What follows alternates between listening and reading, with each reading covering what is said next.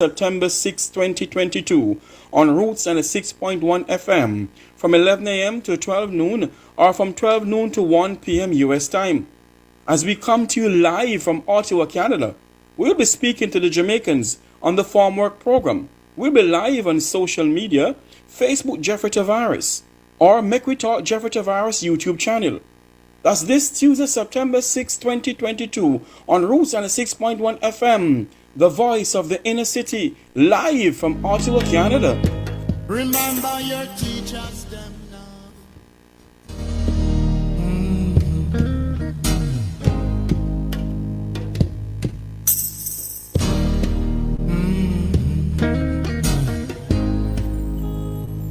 My Highland don't salute. My Highland don't salute. Please don't salute. My Highland don't salute. Good morning, wherever you're listening and watching from around the world and the Eastern Caribbean. This is Roots 96.1 FM, Make We Talk, with your host, Jeffrey Tavares. Before God and all mankind, I pledge the love and loyalty of my heart, the wisdom and courage of my mind, the strength and vigor of my body. In the service of my fellow citizens, I promise to stand up for justice, brotherhood, and peace, to work diligently and creatively, to think generously and honestly, so that Jamaica may under God increase in beauty, fellowship, and prosperity, and play her part in advancing the welfare of the whole human race. Studio numbers to call in and Make We Talk is 876-225-9478 or WhatsApp call only 876-782-8235.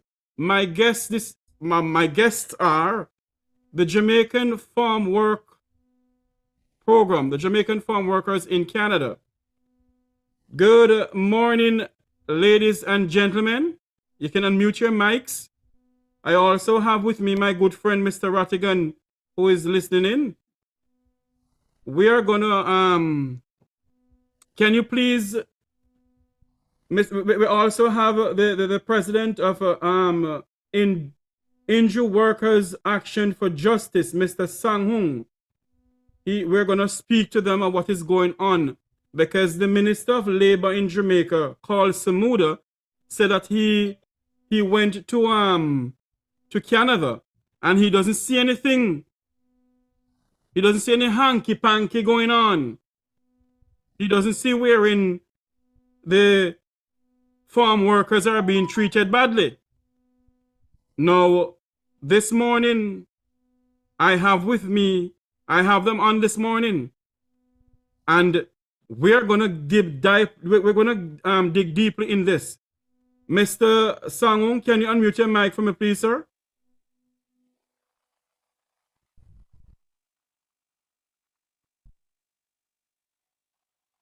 Good morning, Mr. Song.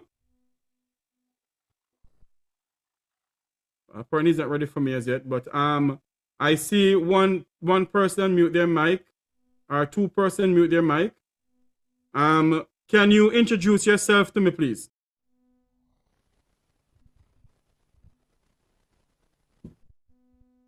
Hello?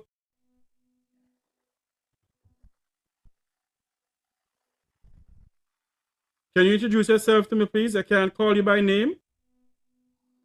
For security reasons, I refuse to call you by name. I see JT. Can you just introduce yourself to us, please?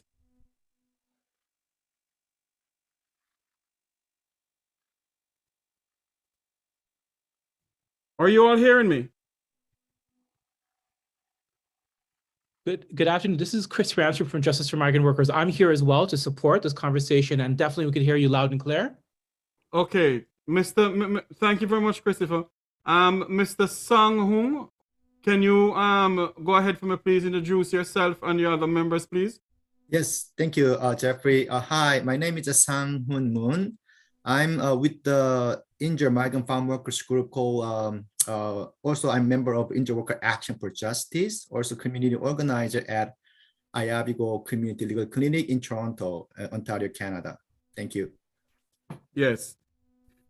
In the interest of time, I want the farm workers who are on here who has been affected in some way or the other to please tell us what is going on, because the Minister of Labor said that there's nothing going on.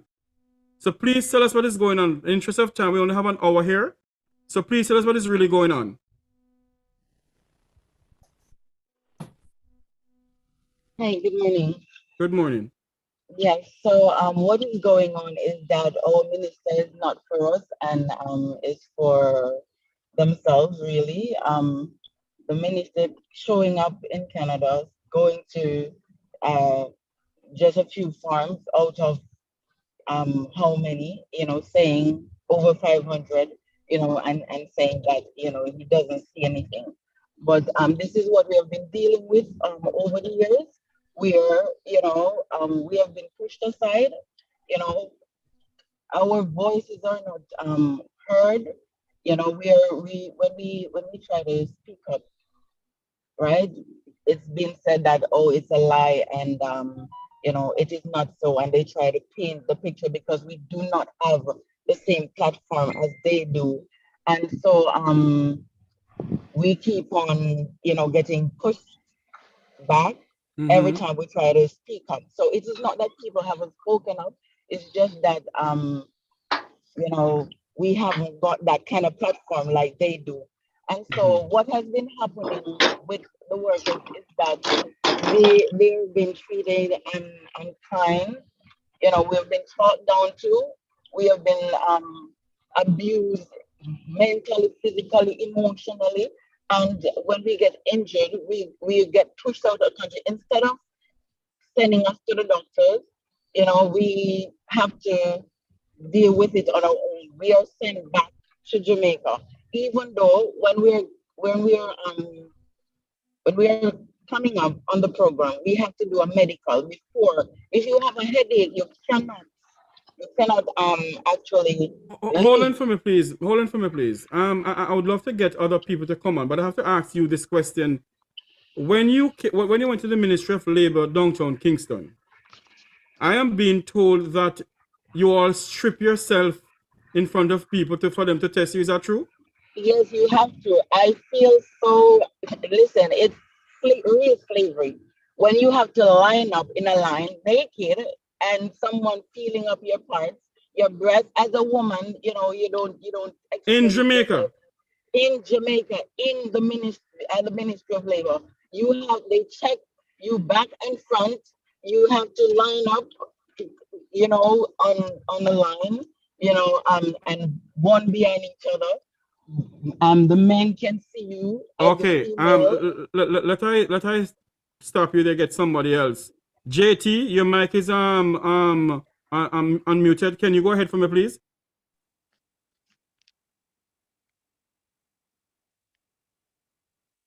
I'm not hearing you, JT. Go ahead.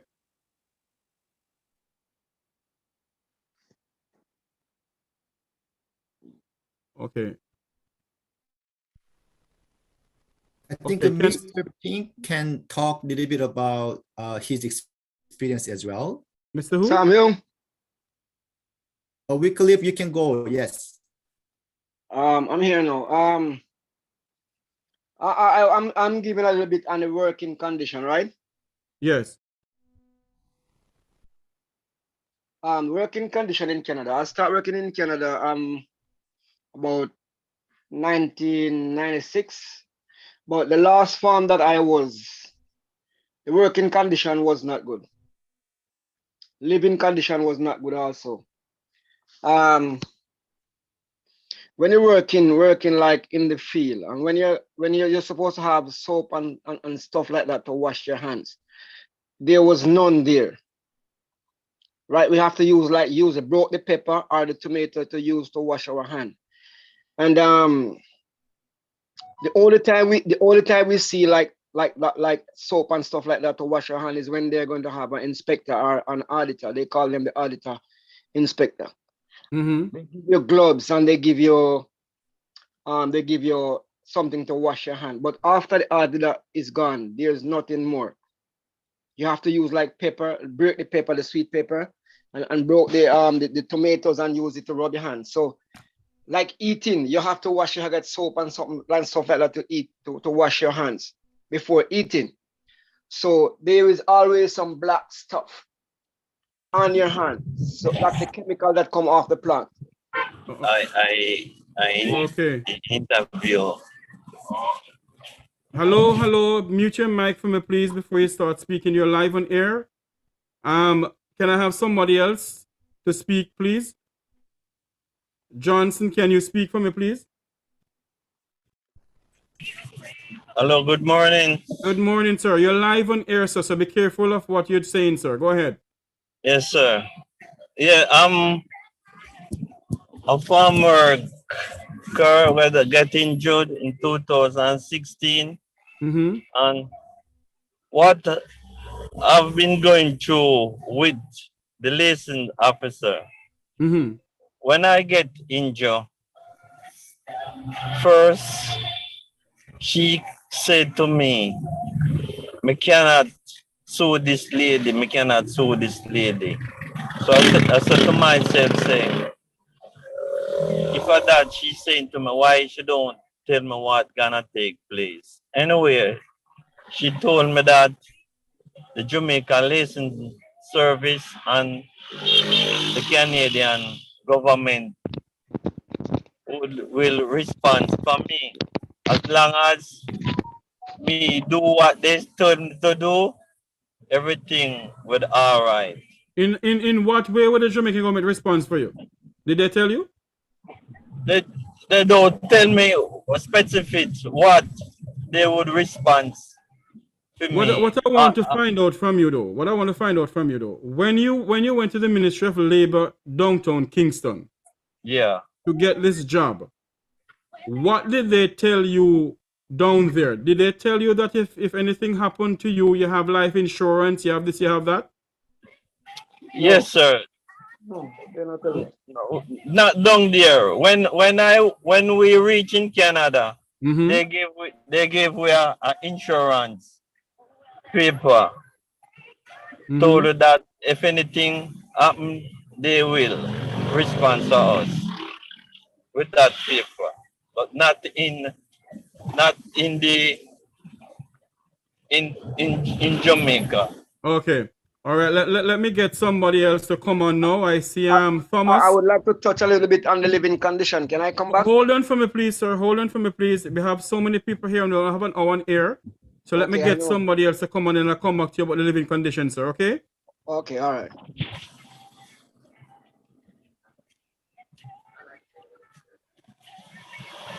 Mr. Pink can share a little bit about the station is being really cuted. So please mute your mic for me, please. Can somebody else come on and speak for me, please? Like Mr. Christopher. All right, he came on already. Somebody else, can you speak, please? Go ahead. I want to talk about the struggles that we have been having over the years in traveling to the doctors in Kingston. Transportation wise, it's very hard for us. You know, we have to travel all the way. Most of us have to travel from Trelawney, some have to travel from Westmoreland, Montego Bay, St. Elizabeth, and all that to see a doctor in Kingston. So what I'm saying now is that why is it that we have to travel so far to see a doctor when there are other practitioners around Jamaica? I'm just gonna I'm not sure, but maybe because they have their own doctors that deal with it. But one of the things, Mr. Tavares, is that most times we may reach at least maybe like 3 minutes later or so, they will turn us back and say that you're late and time is money. They're not looking at saying that we are having like an organizing journey. It's very aggravating for us, you know? The roads are in a deplorable condition, and once we get in the vehicle, it's like we are reliving our injuries all over again.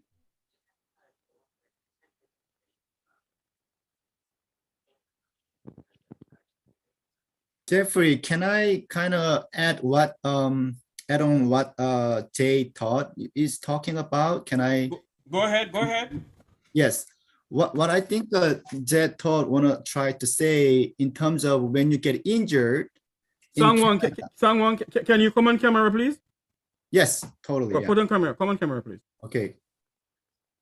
Again, Go so ahead. Yes. I believe what Jay thought, if you want to jump in, just jump in, right? So I just want to see this is what you want to talk about, especially when migrant farm worker come to Canada and when they injured on the farm, right? First thing they needed the healthcare for their injuries, right? Things like that. But often those farm workers send them back to their country without any access to healthcare. So what John Todd is sharing his experience when he come back to Jamaica, like his country, right? It's not easy to have healthcare in there. So if they stay in Canada when they get injured and have access to healthcare, like get the medications and the treatments and the surgery, whatever they need, they're supposed to get all those healthcare access when they get injured in Canada. But when they send them back without those all access to healthcare, it's much difficult to get healthcare in Jamaica or other country where it's not easy to access. I think that's what he want to point it out. I don't know. Exactly. That's what I was pointing out. Okay. So in other words, is that when anything happened to you in Canada, when you get injured in Canada, you come back to Jamaica without any health care, nothing at all. Nothing at all. They just patch us up, pack us, and send us home. So what does the Ministry of Labor in Kingston says about that? They are always denying it. They are always denying that we got hurt and they send us home and they're not taking care of us and anything. You know? Hold on there for me. Producer, Mr. Brown, we need to get the Ministry of Labor, you know. We need to find out, we need to get a way to get the minister called Samuda. Because this can't continue. This is modern day slavery. This is modern day slavery. I mean, and this has been going on from 1966, I was told. Yes, sir. Hold on there. We have more people online. I know you all want to speak, but I have to say this. This is total modern day slavery. And as far as I can see this, Jamaica gained independence in 1962, but our people are not independent, we're still under slavery. And there's absolutely no way can a government sign on to another government to have its people in slavery all over the Caribbean. This crap has been going on. It can't continue like this. Song, I need you to tell me something now, sir. Song, definitely. I would definitely talk a little bit more about that, but I love to hear from other like Mr. Pink. Yes, Mr. Pink. Yes, unmute your mic and tell me what's going on. And also after Mr. Pink, Mr. Thomas. Mr. Pink, go ahead for me. Present, good afternoon, each and every Yes, sir. So I want to elaborate a little bit on the healthcare system here.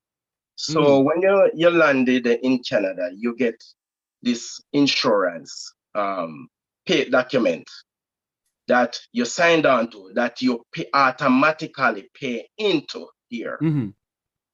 So anything wrong with you in Canada, you should remain in Canada to get treatment. But the liaison officer that is supposed to protect us here are not doing so. The moment you got injured, they try to all means, by any means, to get you out of the country, which you pay into OHIP, you pay into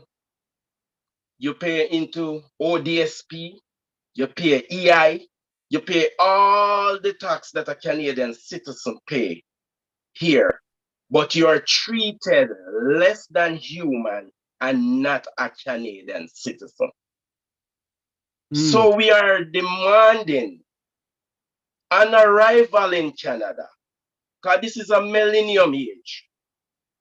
We get status, an arrival here. And all who are injured and still remain in Canada also should get status so we can access our health benefits that we have paid into. Because the moment you got injured, they took away all those rights. So all your document that you didn't have, say, your employee, they took that away from you. They took your OHIP away from you. And you pay into all these systems. Your money has been paid into this system. But they're quicker to ship you back home instead of to get you the medical treatment here. Even if you're here, a liaison officer will never see you. They put a red mark at your name in Jamaica. That's what they do, and say they have 500 more persons to replace you. That's how we treated here. That's what they tell the boss too. And they That's tell what. them. Hold on there. Hold on for me, Pink. You're saying to me that was the Ministry of Labor is telling the liaison officer in Canada? That's what the liaison officer is telling the bosses here and us here, that they have how many men back home to replace us. So any problem they have, the employer have all power to get rid of you. So you can't even speak up for your rights. And you're saying to me that the Ministry of Labor in Jamaica knows all about this and does nothing about it. This cannot be sugarcoat. You have to have a wind of this. There's 655 farms in Canada, and you tore 9. That is a slap in the face. All right. Can I have Mr. Is it Forbes? You're next. Unmute your mic and say something for me, please. Yeah, good morning. Mm-hmm. Yeah, I'm a farmer who traveled a couple of years wells over in Canada. Mm-hmm. And treatment we get over in Canada, we have to live with it, because if we say anything, because what's happened over in Canada, you see guys who go from Jamaica who go before us, they call them senior man. And if you go over there and see anything wrong, you cannot speak out. If you speak out, they carry to the boss, and the boss show you out of it. So you have to, when you go there, you have to say to anything you see, you have to work with it. Okay, on my farm, we have so many things going on. We buy a washing machine. We ride on the road one day and we buy a washing machine for $10. And they have a yard sale, and they said the white man, wife was selling the machine, and he said he will bring it home for us to the camp. And we bring it to the camp and start to use it. And 2 days later, the boss man wife find out that we have a washing machine there, and he come and throw it back into the dump. So I beg your pardon? And enough for her money buy it? No for your money buy it, yeah. Throw it back into the dump. So hold on, I'm not very serious now. What going on here? In our own country, they have a slave. But the People's National Party and the Jamaica Labour Party have the people are slave in this country. And we leave and go over foreign, and there's still slavery going on. And the Ministry of Labour knows what is going on and sit down and accept this nonsense and talk about the love poor people in this country. Minister Carl Samuda. Minister Carl Samuda. Wanna be careful of treating people in this country, Wanna sign on to this program for poor people. And damn well I know what is going on. I'm sorry, Mr. Taylor, for saying this. Wanna know what is going on. And allow this to be allow this to continue in this country, where Jamaicans leaving to go overseas to work. And this is modern day slavery. And when they come home and talk about it, it's not go so. And when they're going on the farm work program, they have a strip naked in front of everybody under the Ministry of Labor. And what is? What is really going on? I need more than an hour to talk about this, I need more than an hour. And I'm going to look some sponsorship to get this thing for you all to come on for 2 hours. And we're going to talk up the things. Can I just say one more thing? Also, you have to sign a document even in the COVID when it was happening. You have to sign that they're not responsible for you. The government give you a document down there that you have to sign. Hold on there, Ann. And hold on for me, Ann. Repeat what you say. Which government give a document for sign saying they're responsible for In you? Jamaica, our government signed that they're not responsible for us if we go and anything happen to us. On your own. We are Yeah. on our own. So that Hold is on what there. they Hold do. on there. Hold on there for me. Hold on there for me. Because me kind of daft, you know. Me learns very slow. Very slow. You're saying to me that down by the Ministry of Labor in Kingston, Jamaica, the Jamaican government give you a paper to sign that if during the COVID, that if you go overseas and anything happen to you, You're on your own. They're not responsible for us. continue So we're on. on our own. Yes. So that is what we have to go through. And when we come here, and all of, as I said, the injury right now, I am injured. I am not getting what Mr. Pinker spoke about. I am not getting. We have all paid into the system. We have all paid all of the taxes, but we get none of the benefits. Sorry, we get none of the benefits that we pay into. When I go to the hospital, then I have to pay more than what the regular citizen would pay here. Nothing. That's why we are saying we want status on arrival, because without status we cannot access anything. We are tied to one boss. We are tied to the one person. We cannot go and work for anyone else. So whatever they're doing to us, we cannot say anything about it. And when we call the liaison, they are the ones that is blacklisting us. They are the ones that is going, instead of coming to us, they go to the employer and converse about us. So Anne, what to do hold with on us. for me, Anne. Is the liaison officer Canadian or Jamaican?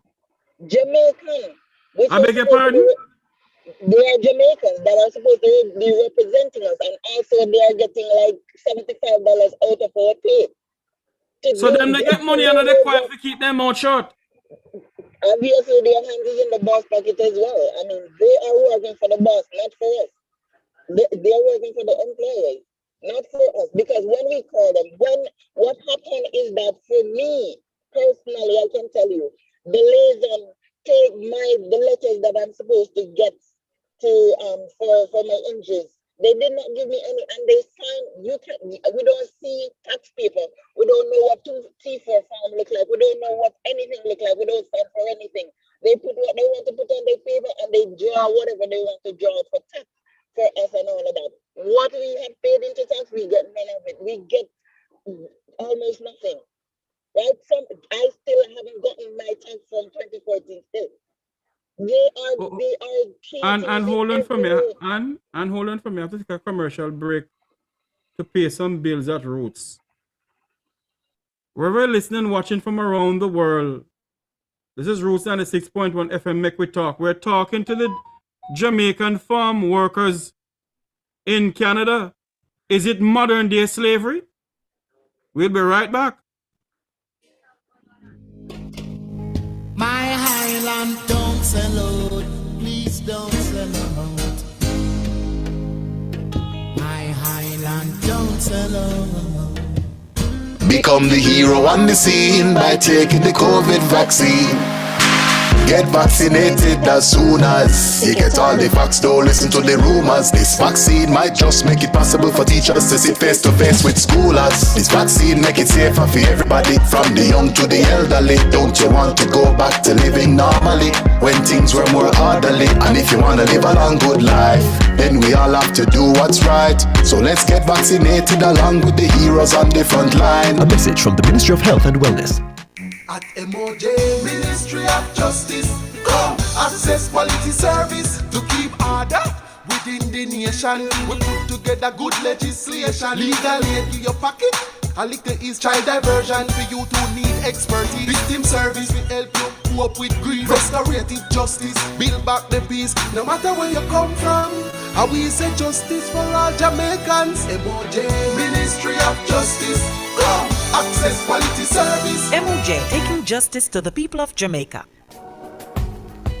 Hi, I'm Sharon. Hi, I'm Marcia. I'm Adrian. Join us this and every Wednesday morning for Extraordinary Abilities on Roots 96.1 FM. Join us for news, views, and interviews with extraordinary people. Extraordinary Abilities every Wednesday morning, 9 a.m. to 10 a.m. on your extraordinary radio station, Roots 96.1 FM. It's gonna be fun, informative, and educational, but most of all, it will be extraordinary.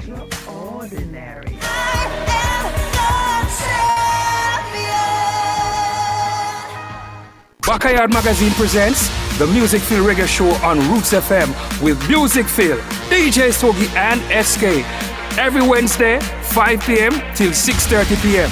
This is the complete show where you get music updates, artist interviews and reviews. The Music Feel Reggae Show is brought to you by the legendary Backyard Magazine. Know your roots.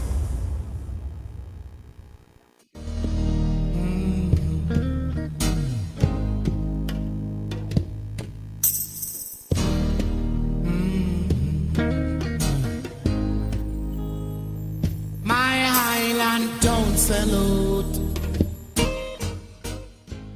Welcome back to Make We Talk here on Roots 96.1 FM. We're speaking to the Jamaican farm workers in Canada. Are they working under? They're working under duress, and I think this is modern day slavery. I have with me attorney at law Wilfred Rattigan is here with me. We're gonna have him come on and speak about this because I mean this has to be. No man, this need to go to the international criminal court. You can't have people in this dying time and age. And I'm being told that they don't have any running water. I am being told it's 46 man to one bunker. Yeah. Go ahead, sir. Speak for me. Don't be afraid to talk. Talk up the things. Unmute your mic and talk. Yeah, yes, sir. I have to live among flies, rats, right? Bed bugs, roaches, and again the toilet. It is not even 6 feet from the kitchen. So if you are using the toilet, you can stay in the kitchen and smell the smell of poop. Over clothes, if you're frying food, the scent all left on your clothes. Your clothes and food have to be on the ground. Right? No proper drinking water. Until now, from I was there until now, there's no proper drinking water. So how long have you been there, sir? 12 years. I worked on that farm for 12 years. And I've been in Canada for 24 years. And this one was, the last farm was my worst experience. And I was even forced, you have a machine, the boss have a machine that they use to plant like zucchini and other sort of seeds, right? And some of the seed didn't catch. And they said we have to enforce if you're going to replant it without pay, about 50 to 40 months, 4 hours without no pay. And because we want to come back, we couldn't say anything. We don't know our rights at that time. Couldn't speak out. I even toilet out in the field. We didn't have toilet at times. And I speak about it. I asked the secretary for a toilet, telling me we don't have no toilet in the field. They tell me that I talk too much, I'm too lippy. And I almost lost my job. There was a friend of mine who was so close to the boss, I have to ask the boss, beg the boss for me, not to fire me because I'm a good worker. Oh, that Lord. is the type of treatment they treat us. Hold And on I send out some pictures. If you Yes. see those pictures, man, it would you will cry shame. Hold on for me, please. I sent pictures of the toilet. The Hold on bathroom. for me, please, sir. Hold on for me. We have some more people want to talk. Thomas, go ahead. I see you have your hand up. Go ahead, Thomas. Unmute your mic. Okay, good afternoon, everyone. I just want to share my piece of my experience. When I got injured in Canada, upon the time when I got injured, I just want all who listen and all the farm workers there can have an understanding what's going on. When you get injured in Canada and and my injury, my boss didn't want to send me home the same time. And contact my liaison and say, ask liaison if he can send me home. Liaison said, no, I cannot leave the country until I get all of my paperwork. But even when you get the paperwork from there and come to here at the ministry, you have to be careful at the ministry because they're very Which strict. ministry? In Kingston. I'm in Jamaica now. And what I really want to talk about is when why you have to be careful? Hold on, why you have to be careful? Why you have to be careful when you go to the ministry? No, it's the ministry. It's the ministry. And when you come at the ministry, you have to be careful because you have some people there, when they get your paperwork, they will not send in your paperwork, and if paperwork got missing, they can't find paperwork. It happened to several persons. You can't travel. And I'm speaking of experience, you know. Yeah. So what I really want to talk about, when you come from Canada and get injured from Canada and come here, after 12 weeks, WSIB cut off your benefit after 12 weeks. You know, so after 12 weeks, even my benefit, they try to stop it even before 12 weeks. And I have to get in touch with the clinic over there, IASCO. Those are the guys that help me to get the rest of my pay for 12 weeks. So when they cut off your benefit for 12 weeks and you have to see the doctors, our appointments are made, you have to see the doctor. Sometimes they don't reimburse you. The travel claim, same time. Sometimes you have to find out of your pocket to go and get it, to go and get the doctor treatment. You know, so it's pretty rough because when they cut off your benefit after 12 weeks, you still have an injury, can't work. You still have your family to take care of. You know how much I've been broken up with this thing. Because when you're injured, when you pick up an injury in Canada and come to Jamaica, can't work, it does not only affect you as an individual, it affects your whole family. So hold on there, but I want to find out there now. Hold on a minute for me there. What maybe I should ask Christopher Sangong to come into this for me. What I need to find out, Christopher Sang, can you unmute your mic and camera for me, please? Because I need to find out something here. So Chris, you want to go first to talk a little bit about your work, especially with the systematic, those issues? Cool. So yes. I'm Chris Ramsey. Hold on for me, Christopher. Let me ask you this question though. I am being told that most of the injury that the farm workers they get is mainly because of chemicals or sometimes they drop off a ladder because there's no safety net for them. Speak more about that for me now, please. There's about 3 or 4 different types of injuries that we're seeing common. Number 1 is definitely pesticides and chemicals, first and foremost. Number 2, it's working at heights.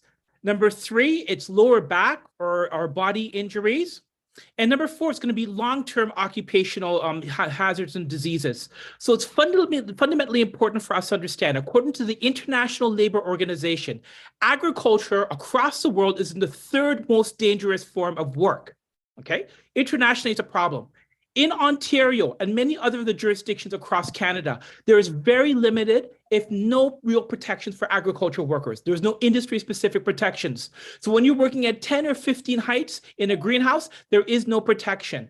Around pesticides and chemicals, there's also no protection for farm workers. So our health and safety laws, our workplace laws, for a first world country is deplorable, horrendous, horrific. Coupled with the fact that migrant farm workers are tied to an employer and continually are concerned about being sent back home, right? So it's an entire system that needs to be changed. At the provincial level, changing our laws to protect workers and ensuring that they've got real protection so they don't face firing or being sent home for standing up for their rights. And they're not going to work to get sick, injure, or die, all right? And the governments here are not doing anything to protect workers when it comes to this too.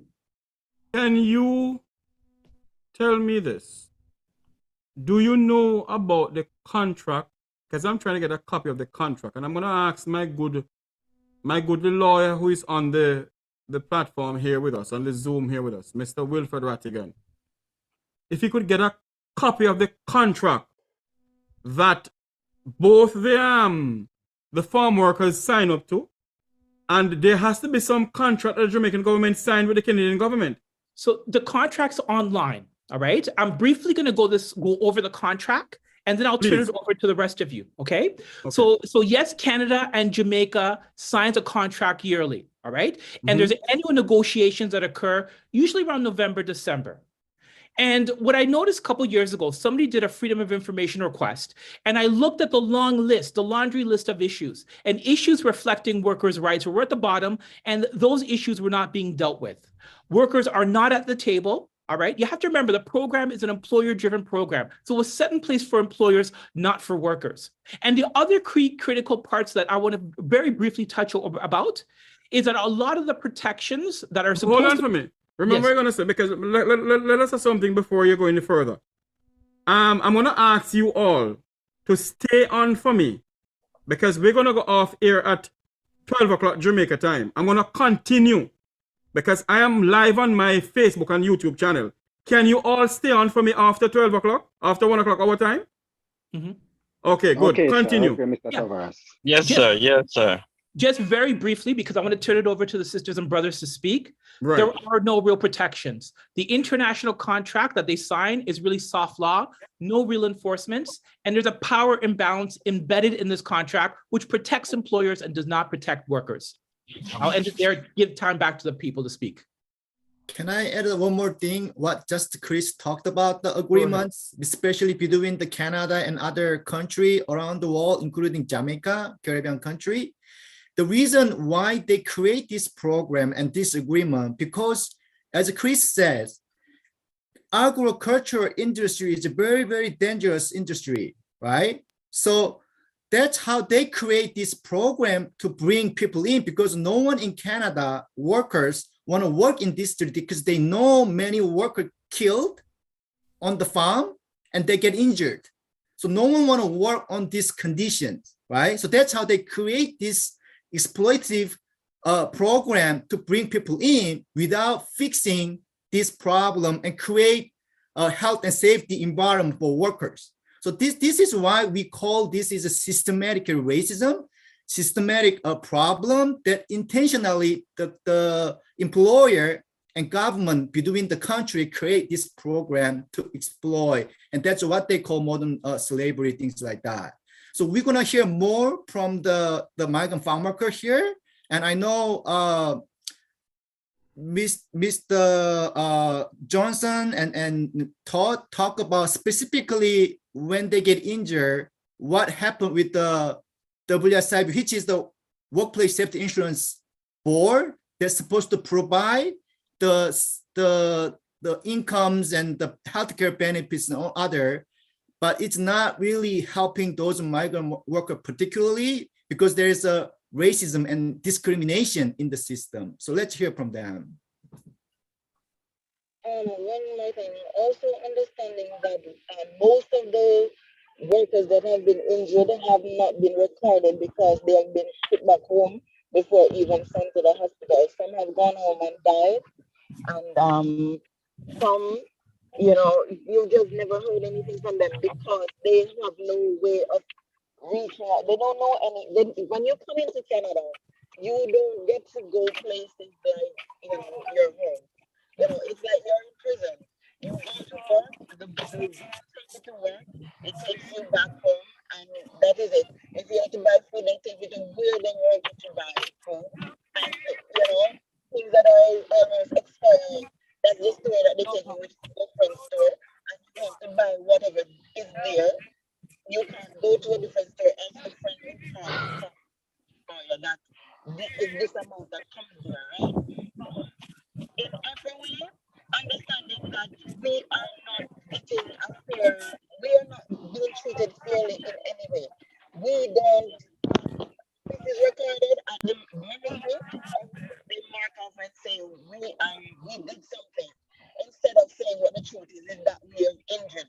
Because every one of us that got injured, the lasers, they do know, but they are putting just red ink at our name saying that, you know, there's something else, right? So they're not saying that we are injured. So when I even try to reach out and get some information, you know, I'm just told that I'm and hold a minute for me. And the students are not hearing you properly.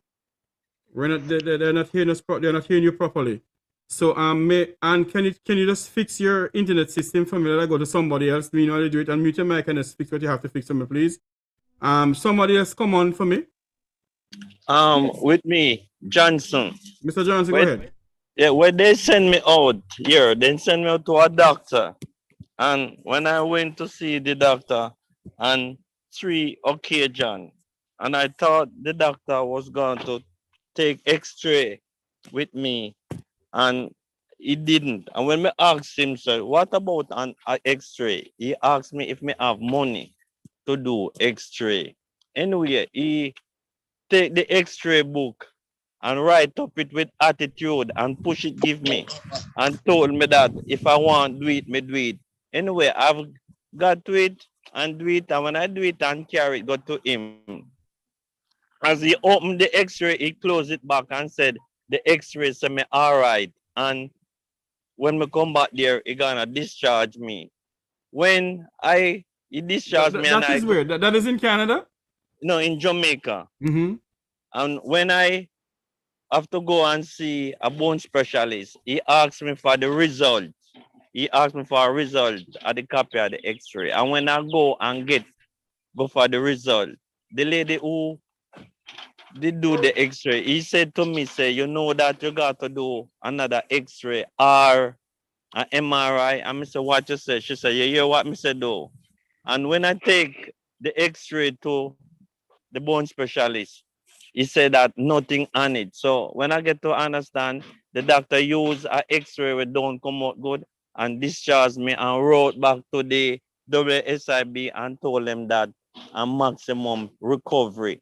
And from that, I cannot hear from them. Whenever time I write, I call them, I leave a message, no answer I get, and I have to fight back to get back in touch with them. I have to go to my family doctor without money for weeks to get back report to send to them. For me ask a girl from NIS farm who visit me and carry some things. No, I go into that, yes. Yeah, and she told me say me have to have some papers to send back that they could refuse it. So I that me do and get back on track with them. So I could get to do surgery in December the 7th. So it take me 5 years and 3 months before I do surgery. But right now I just coming back from doctor, you know. Okay, Mr. Johnson, let me get Mr. Forbes to come on. Can you unmute your mic, Forbes? Yes, yeah.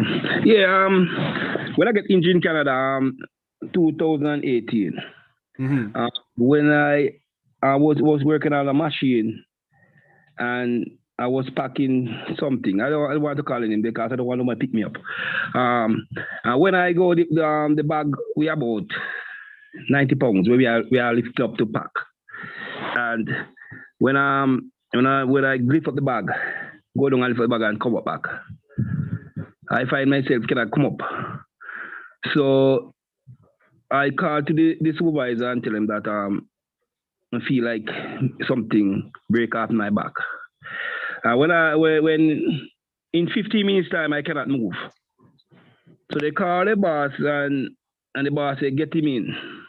Well, when they get me in and they run me to the hospital, and when they do the X-ray, and if I get the result at the same time, the next day I go for the result. When I go for the result, the doctor come out and look at me and shake his head and say going back into the office, and then he started to make some call. So I figured out that he called the boss. And we call the boss and he come back with the result with the paper. He say I have a strip bone in my back, but not in Canada I get that strip bone. I get it in Jamaica. Get it somewhere. Hold on, let me ask a question now, Mr. Forbes. What kind of work are you doing in Jamaica? Farming. You're doing farming in Jamaica? Yeah. And then you're doing farming down here? Yeah. Okay. And he said we have a strip bone, but it's not in Canada. Well, mercy. If I want to get a better view of it, I have to do an MRI. When I go and do the MRI, when you go do the MRI, the liaison officer of the company to go to the hospital to do the MRI. When I go there, a lady said to me that they call the Jamaican liaison officer call and say you're gonna come. But I asked him if I can get a copy of the MRI report. He said I cannot get a copy, but he can give me the CD. So he said I should wait and for the CD lady what's gonna go do the MRI. He said I should not give nobody. This is a white lady, this is a nice lady. And when the listener officer come, he come like 1 hour late. As he come, he asked me for the CD. He wanted the CD from me. Mm-hmm. So the team said, no, you cannot get this. Only proof we have to show that he is back is it. Yes. So, Mr. Forbes, hold on a minute for me there because we don't have enough time leave on the airways. What I want before the Mr. Pink and Sir Jay, hold on for me, please. Mute your mics. You're gonna get the chance to speak because people do watch my YouTube channel. But I want Mr. Song and Christopher to come back on. And I want to ask Mr. Song, if am I pronouncing your name correctly, sir? Sang-Hoon. Sang-Hoon. Yes. I want you to tell me something now. What are you doing to assist these people? Because, I mean, you organize something. You're not a Jamaican. You don't have any Jamaican ties, and you're trying to help. Yeah, and the liaison officers who are Jamaicans, them buy out. Yeah. Then buy them out. What are you doing now, sir, in a sense to try and help these individuals? Have you spoken to the Jamaican government about it, to the Ministry of Labor? Maybe Chris can talk a little bit about that if he have done any work on that. Chris? No, the Ministry of Labor people and the liaison officers do not believe what we're doing is in the best interest of the workers. So it's my understanding, according to workers in the past, they've told workers not to have anything to do with us. And I want to be clear to the entire audience here. We're not calling for the ending of the program. We're saying that when workers come up to Canada, they should be treated fairly and equally. They are not treated as equal as Canadians. I'm going to turn it back to Sang-Hun, where you could talk about some of the work that you're doing around the injured workers. So yeah, go for it. Yes. So Jeffrey, what we want to share is, as you hear from all individual migrant farm workers here, so we know the problem there, right? It's ongoing since 1966. But what we actually do in our organizing is we hear from them, and we definitely identify those systematic patterns that we want to fix. So if you ask all those migrant workers going through a difficult time, what is the, one of the best solution is a status for all those migrant workers on arrival in Canada. So they have access to all the rights that the Canadian have here. Also, whoever already in Canada, we need immediate status for all those workers. So they have all the access to healthcare. They have all the protection that all Canadians have already here. So what is important is both government, Canadian government, Jamaican government, and any other government sending the worker here, they have to figure it out in a way that all those workers coming to the Canada 10 years, 15 years, 30 years, 40, whole their life. So they are not temporary or seasonal anymore. They're part of our community and society in this country, in Canada. So we have to treat the right way. And it's not just about the Canada or Jamaica and other countries. It has to be for everyone from each country that demanding each government to do the right things, right? In addition, it's ensuring when a worker is injured or sick because of working conditions in Canada, they can stay in Canada to receive treatment. They're not sent back home, and that we're not pushing injured and sick workers too early so they go re-injure themselves at work. The product is not the most important thing. It's the person behind the product. And too many times what we're seeing is when somebody's injured and hurt, they're not getting adequate time to heal. And that's disgusting. In addition, when people are back home, or here in Canada, they get their health care cut off and they cut their benefits through a process called deeming, which is totally discriminatory and racist.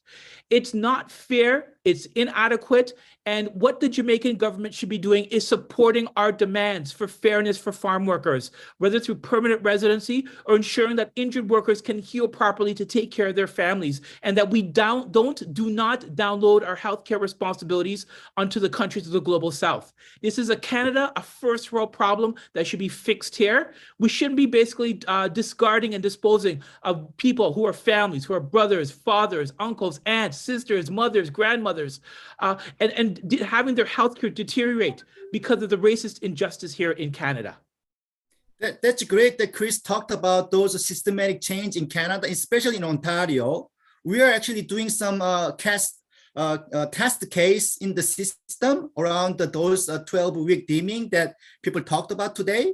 So we really want to have justice in the system that they do the right things. I don't know when exactly we're going to have that hearing, but it's going to be soon. So we want the people support and spread the word and keep pressuring the government, both government, to do the right thing. It is a shame and disgrace.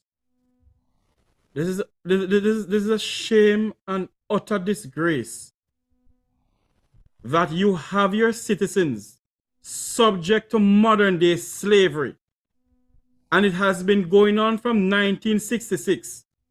And both administration, the People's National Party and the Jamaica Labour Party, people who are not Jamaican citizens, who have approached the Ministry of Labour pertaining to it, and they said, no, go so.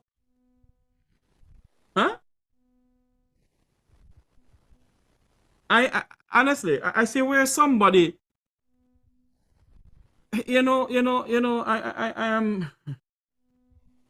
I'm lost for word. But in 21st century Jamaica is celebrating 60 years of independence.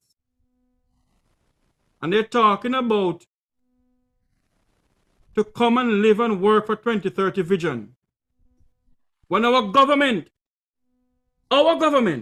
is sending our citizens overseas to work under slavery,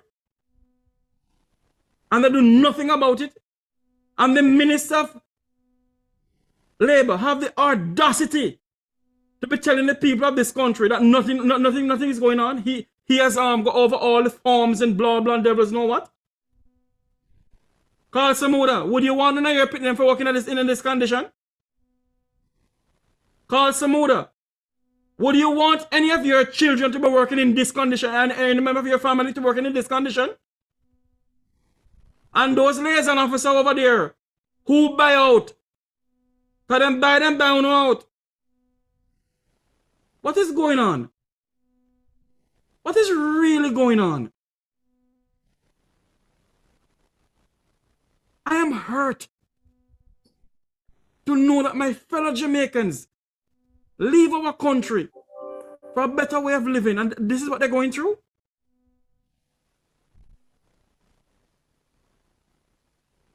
Wherever you're watching and listening from around the world and the Eastern Caribbean, do not go anywhere. We're going to say goodbye to Roots FM. We're asking you to like, share, and subscribe to the Make We Talk Jeffrey Tavares YouTube channel and the Roots FM YouTube channel. We're going to still be on this subject when we come off air. So if you want to come on the Make We Talk Jeffrey Tavares YouTube channel, please go ahead. This is where I say so long to Roots FM. Thank you very much for listening to us. We'll be live on the Make We Talk Jeffrey Tavares YouTube channel. Owen, over to you. My Highland don't salute. My Highland don't salute. Please don't salute. Thank you very much. Welcome back to Make We Talk here. Christopher and song. I honestly, I am hurt. I am hurt. I am hurt. I am hurt. Wilfred Rattigan, if you're there listening to us, come on to this, Mr. Rattigan. Mr. Rattigan, you there? Yes, I am. Unmute your mic and your camera, sir. What is going on, Wilfred? Well, where do I start? This is mind-boggling. It's depressing. And it's shocking. It's shocking on a number of fronts. The things that I'm hearing them for the first time, and I cannot believe that the Jamaican government, any government, would subject its citizens to this type of, these types of horrendous conditions. I'm hearing that there are privacy violations, there is overcrowding, there's poor sleeping conditions, there are health issues, salary issues, and that these workers are almost like indentured servants because they're tied to an employer and they're afraid to complain because of the fear that they'll be sent home. It appears that contacts have been made with the Minister of Labor, but let me ask all of you on the platform this. Has anyone ever contacted the Ministry of Foreign Affairs and Foreign Trade? Because this is an issue that would fall within their purview as well. Chris Sang? The answer is no. I think that the governments, whether it's Jamaica or Trinidad or Mexico or Barbados or the Organization of the Eastern Caribbean States, it's about protecting the program and not protecting the people. So I think that's what we're going to see. And I think what's happening right now is that you're seeing an attack, I guess, on the conditions. But what I suspect is that the government officials are going to try to reinforce the need and necessity for the program around protecting the remittances structure. So no, we have not had that conversation, but I think until to date, the conversation has been taboo to talk about this issue. And there's been a lot of resistance. And you're, Mr. Tavares, you're absolutely correct. It doesn't matter what administration, whether it's the PNP or the JLP, we've had resistance from both.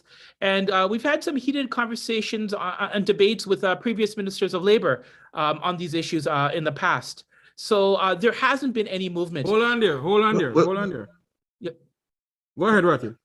Yeah, Chris and Sang, let me ask you this. Again, I understand that you've had some heated conversations and debates with this Minister of Labor and previous ministers of labor, and that those efforts have amounted to nothing. Do you know if anyone has ever tried reaching out to the Canadian parliamentarians? Yeah. So if it's not us, and I'll turn it over to Sang Hun, but this conversation is definitely active in Canada. So in the past we have, and other organizations and advocates are consistently putting pressure on the federal government. So this is it's a live issue in Canada, absolutely. Sang Hun could also speak about the efforts and the advocacy that's happening both at the Ministry of Labor and the Workers' Compensation. Sang, I'll turn it to you. Yes. So as you mentioned at the beginning, this issue is an ongoing issue from like a long time, 1966. So we know that what support and people organized in the community pushing the both government, Ontario government, particularly where we're living here, also federal government, also the workers' compensation is part of the provincial, not the federal. So we're pushing the provincial government, like especially in Ontario, do the right thing. Especially we know as people talked about their experience as migrant farmers because of status, right? They're treated differently, the worker, when they have a Canadian citizenship or something like that. So we are sending out the open letters and we do a lot of protests, the rallies, and working with the different community groups and organizations, especially community legal clinic, who actually do a lot of legal representation for those migrant farm workers. We at Ayabigo Community Legal Clinic prioritize those work for migrant farm workers and things like that. So definitely work is ongoing. We keep pushing the both government, but what we need to do more is keep talk more about this, and not only the Canada or Jamaica, we need to talk globally, internationally, because it happened to many countries right now. Right, the Mexicans in the southern states, particularly Texas and California, they've had issues like this, and they've managed to form a union, and through that construct, they've been able to make significant changes, not only within the state, but across the federal government. Is there a plan? Are you guys? I could answer that question. And then I know Anne has a few words. In Ontario, I want to make it clear, it's illegal to form a union, right? You cannot form unions here in the province of Ontario for agricultural workers, whether they're migrant or Canadian. We've actually intervened many years ago at the Supreme Court of Canada in the Fraser case around this right to organize question. So no, there is no, so people are finding other ways to resist, not through legal ways. And we believe in the right to collective bargaining and the right to organize. But currently in the province of Ontario, this is not the case. You may be aware that in other jurisdictions, such as New York State, recently they enacted protections, the right to organize. But Ontario, it is still illegal. I know, Anne, sorry, Anne, you had something to say. Yeah, I was just saying that, I have had the opportunity of speaking to a few different persons that are, in government. And what I've heard is that what was said is that, they set it up to block out, Which government? The Jamaican government? No. Okay. The system was set up to block out the workers from having, access to the things that, are supposed to, that we're paying into basically. So, yeah, that's what I understand from the conversation that I had with a MP. As I said, I've spoken to more than one, but I am saying that it is not on one side, it's both sides. Because our government is not doing what they're supposed to do. Then, it when we're being treated like this, here, then, we're just thinking that, there's just nowhere to turn, and we just need this change. We need them to change the way they treat us. We need equal rights. Why we need this assignment side and why we need this status on arrival is because without status, you cannot access anything. You cannot access healthcare. You cannot access medication, nothing. You can't access without any document that you need to have. You need to have status in order to do so. If you don't have status, you cannot apply for any of the things that you need in Canada. And even though we paid into all of it, we have been paying for years, we have gotten none of the benefits, even though we have been paying all of this year. And sorry to be cutting you, but I have to say this, darling. Mr. Rattigan, unmute your mic for me again, sir. And from a legal perspective, sir, you deal with international law also. From a legal perspective, what can be done about this, sir? 1 second. What I'm thinking is that, as Chris said, that you cannot, it's against the law to organize in Ontario. So there's a roadblock there. So the only thing you're going to have to do is you're going to have to petition the lawmakers there to overturn that law, to have something to superseding that, or go to court and try and see if it's possible to have the law overturned because it may be unconstitutional. I'm not sure.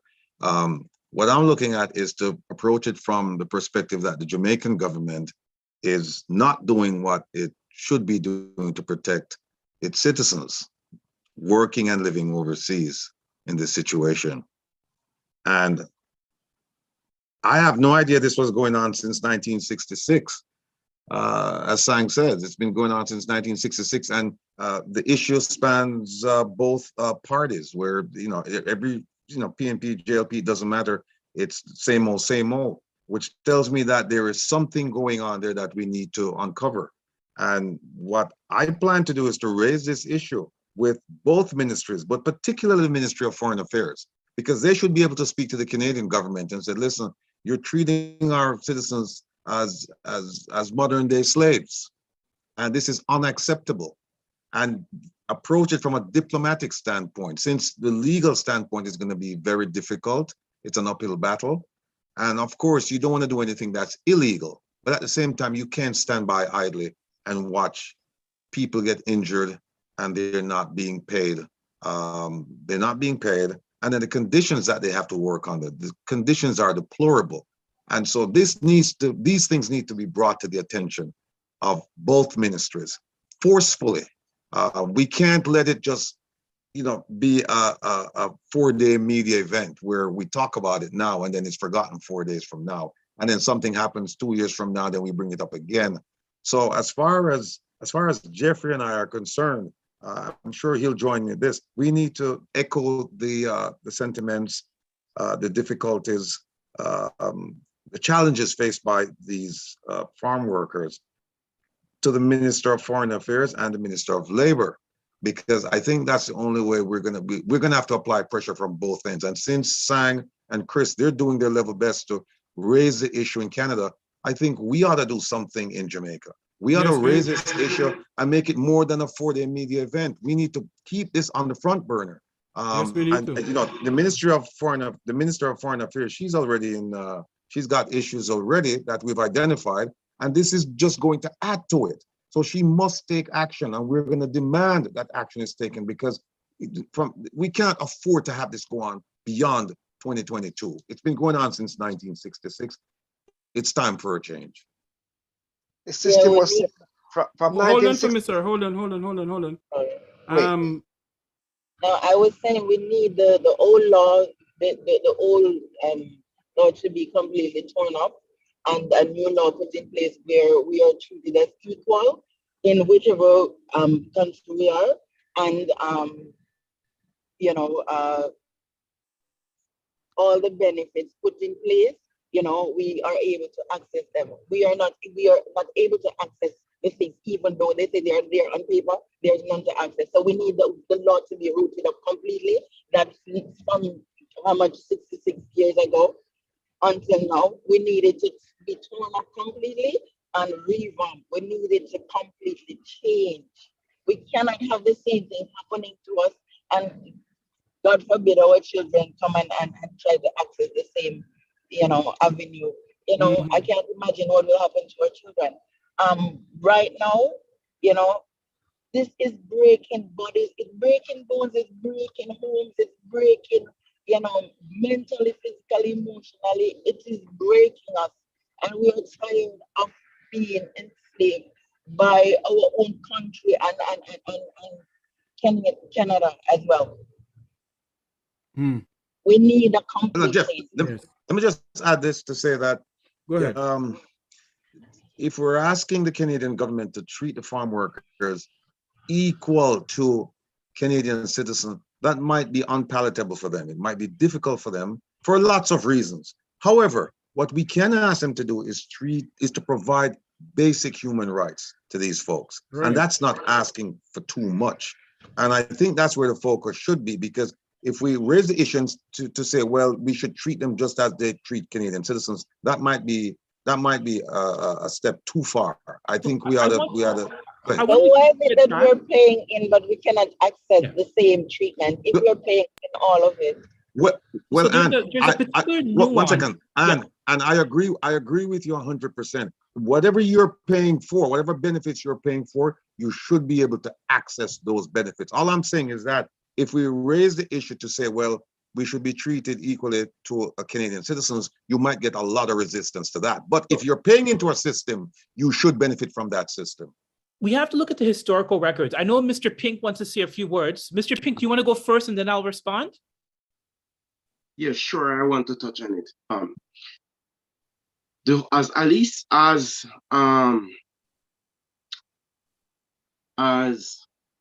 Anne says, this whole system has been in place for 1966. Right. So this is what we're looking at, is the system that is in place. This system need to revisit. It need to revisit in a millennium age like now. It need to revisit. Number one, the work hours. A Canadian citizen can work, is subjected to work a certain time. Why is it we are not subjected to work a certain time also? It is up to What time our... do you work until, sir? From what time to what time do you work? In the field, minimum is 7 7 to 7, clear, 7 And plus days you a have to do week. another 3 hours in a Hold factory. on. One person at a time. Right. One person at a time, please. Go ahead, Mr. Pink. So, in the field, I tell you, what they're telling you when you're signing the documents is 7 to 7 per day, so 7 days a week.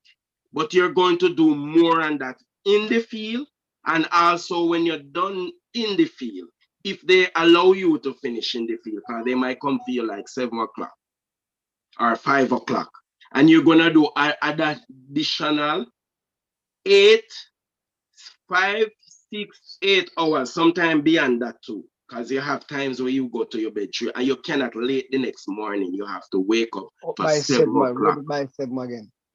So you have to ready by 7. This is what is wrong too. I get on your bus from 6 o'clock and these farms are not near, so it may be an hour or half an hour ride. And you're not being clocked in until you reach the field. Not only that, if you finish this field and they're taking you to another field, they're going to clock you out. And if it's an hour long or hour and a half or half an hour, you lose that pay. And if the bus should meet an accident, which I know of, this is where the problem will lies. It's going to work against you because they're going to say, prove that you weren't at work. And is their bus meeting an accident? Yes. This man, me not tell you what me don't know, and I'm tell you what me know. I'm telling you what I know. We're living this. We're dreaming this. We're drinking this. It's a cup we're drinking from. The trauma of this is endless. So Never been so hold on for traumatized me, in my Mr. entire Pink. life. Mr. Pink, hold on a minute for me. Mr. Rattigan. Yes, sir. Isn't there something at the United Nations that called oh my God, things remember, but it's something to do with human rights. I will check, but I believe you're right, if my memory serves me correctly. And now listening to Mr. Pink and Ann, I mean, there is no question in my mind that this is modern day slavery. How can you have people work 7 to 7? You don't pay them for the travel time, right?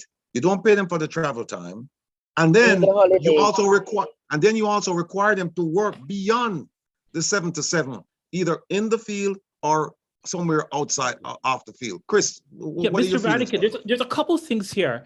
My family came to the Caribbean, and I've been telling all the shows as indentured laborers, right? And this is a post-slavery period for anybody who may not know. And very much, if you look at the contracts that people signed during the indentured labor period, the contracts mimic or very clearly the same as what is being signed today. Just the absence of protections that exists, and when you run from the contract, the various ways that you're criminalized. So in many ways, historian Cindy Himamamovich, who's basically examined a lot of these programs, called this worse than indentured labor because it's a perpetual system. There's no freedom, right? You have people in a cyclical manner for their entire lives because they are dependent on coming to work on these programs.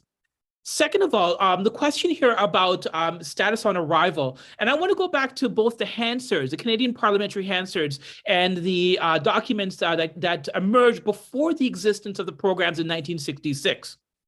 God forbid, according to the Minister of Immigration, and I'm paraphrasing him, right? We have a liberal government now.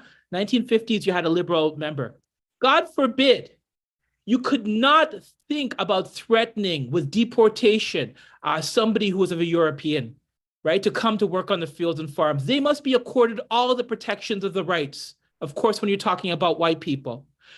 Fast forward a couple years later, when we started the importation of Black workers from the Caribbean first, and then Mexicans, and then people from across the globe, we created a different set of legal regimes where tied work permits.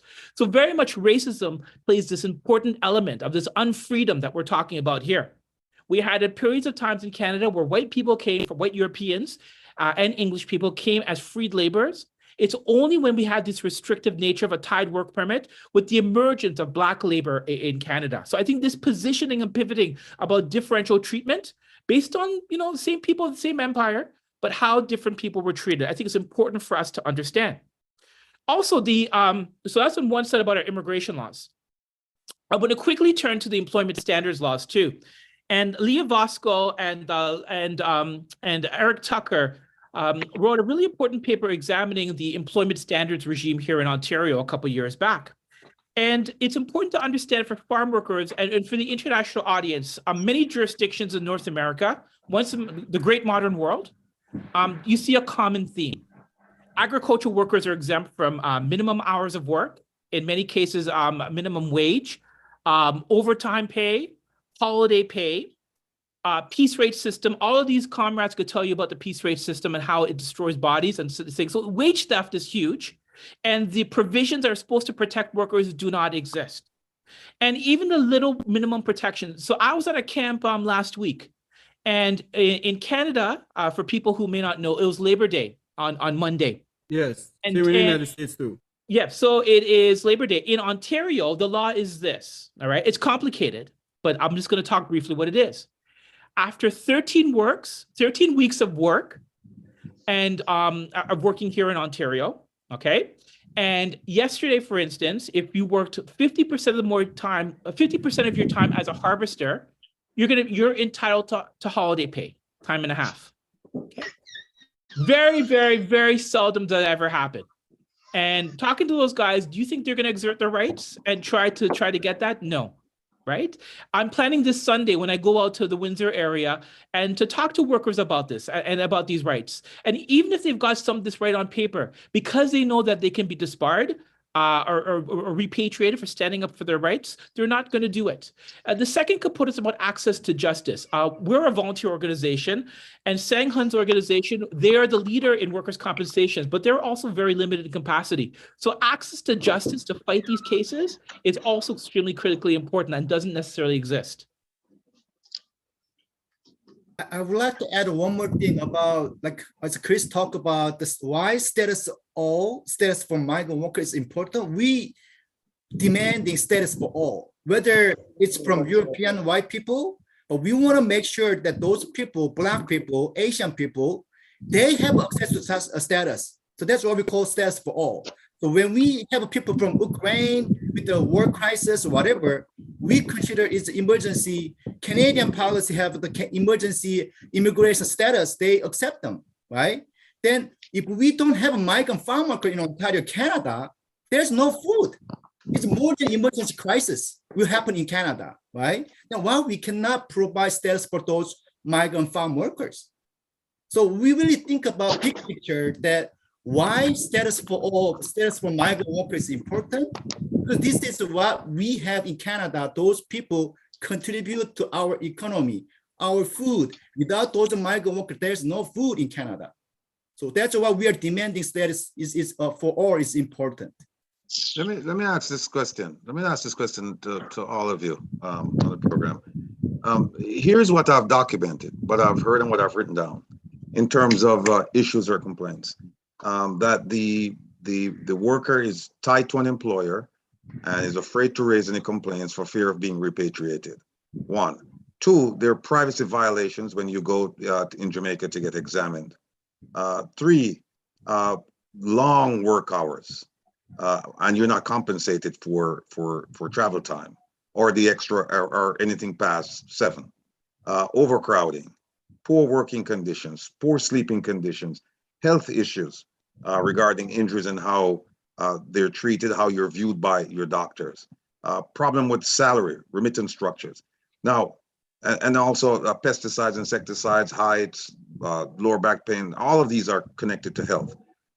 Has anyone, when the minister visited, did anyone approach him with this laundry list of complaints to say, Minister, here, regardless of what they're showing you, here is what's been experienced by the workers, the farm workers here?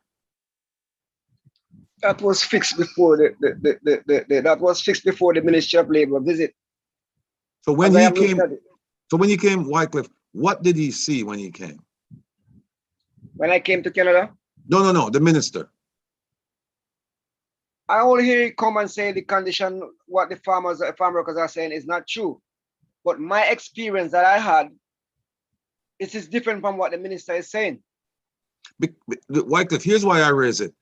Because if nobody complained to him and he showed up and he was taken to a selective few farms Yeah, it was fixed before he went. It was right, fixed. and things are okay, then he's going to say, oh, I went and I visited 3 farms and everything seemed okay. I mean, if he was a good minister, he would have said, I don't need the farmers to tell me where to go. I'm just going to pick 3 farms, randomly. When we complain, it reaches to him, and he was supposed to visit a program all angles in Jamaica here. Yes. And he didn't show up. Oh, because what I get to understand that Dan Jackson Miller invited him on, and he didn't show up. Refused to come. When we speak out, when we hear what he was saying, and when a lot of injured workers with our bad experience with health issues and all the other sort of issues, he didn't turn up at the last minute. Well, That's what was made a lot of us more angry to speak out. Sang and Chris, who was the coordinator for the minister's trip to Canada? Do you know?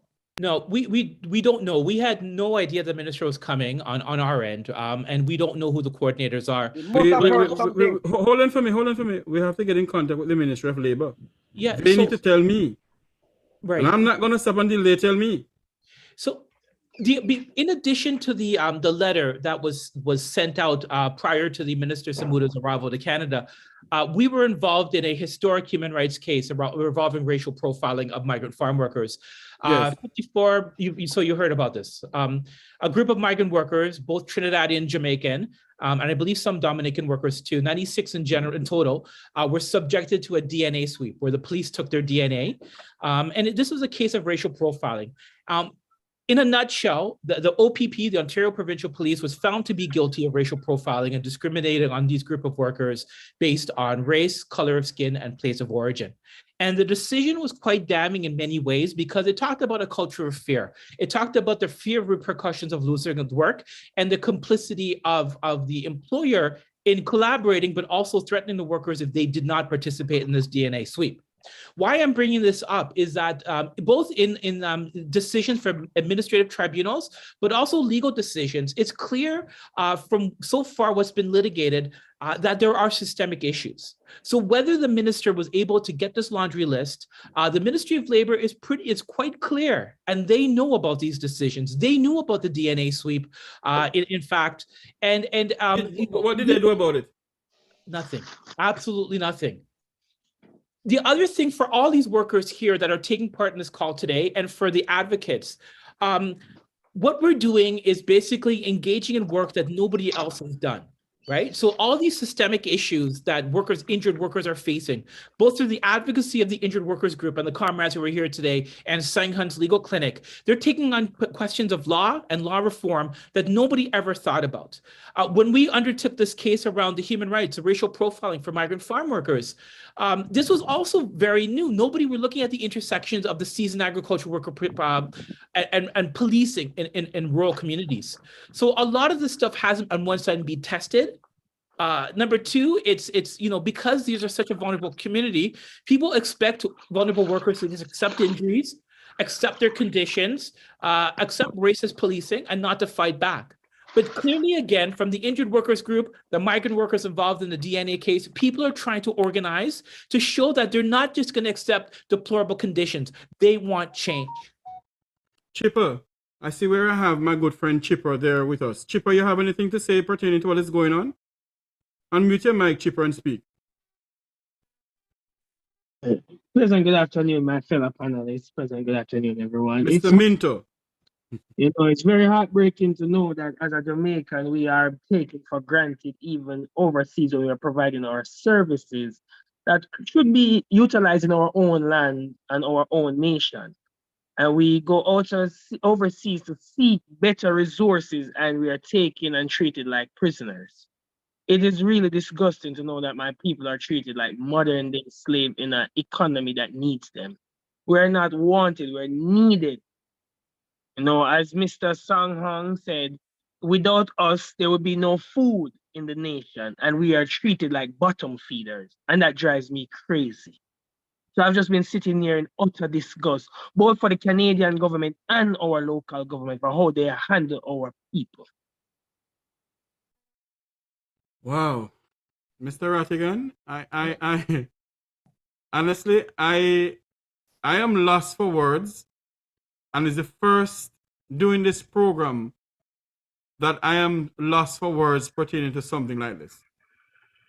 And the two political parties in our country know what is going on, refuse to do anything about it,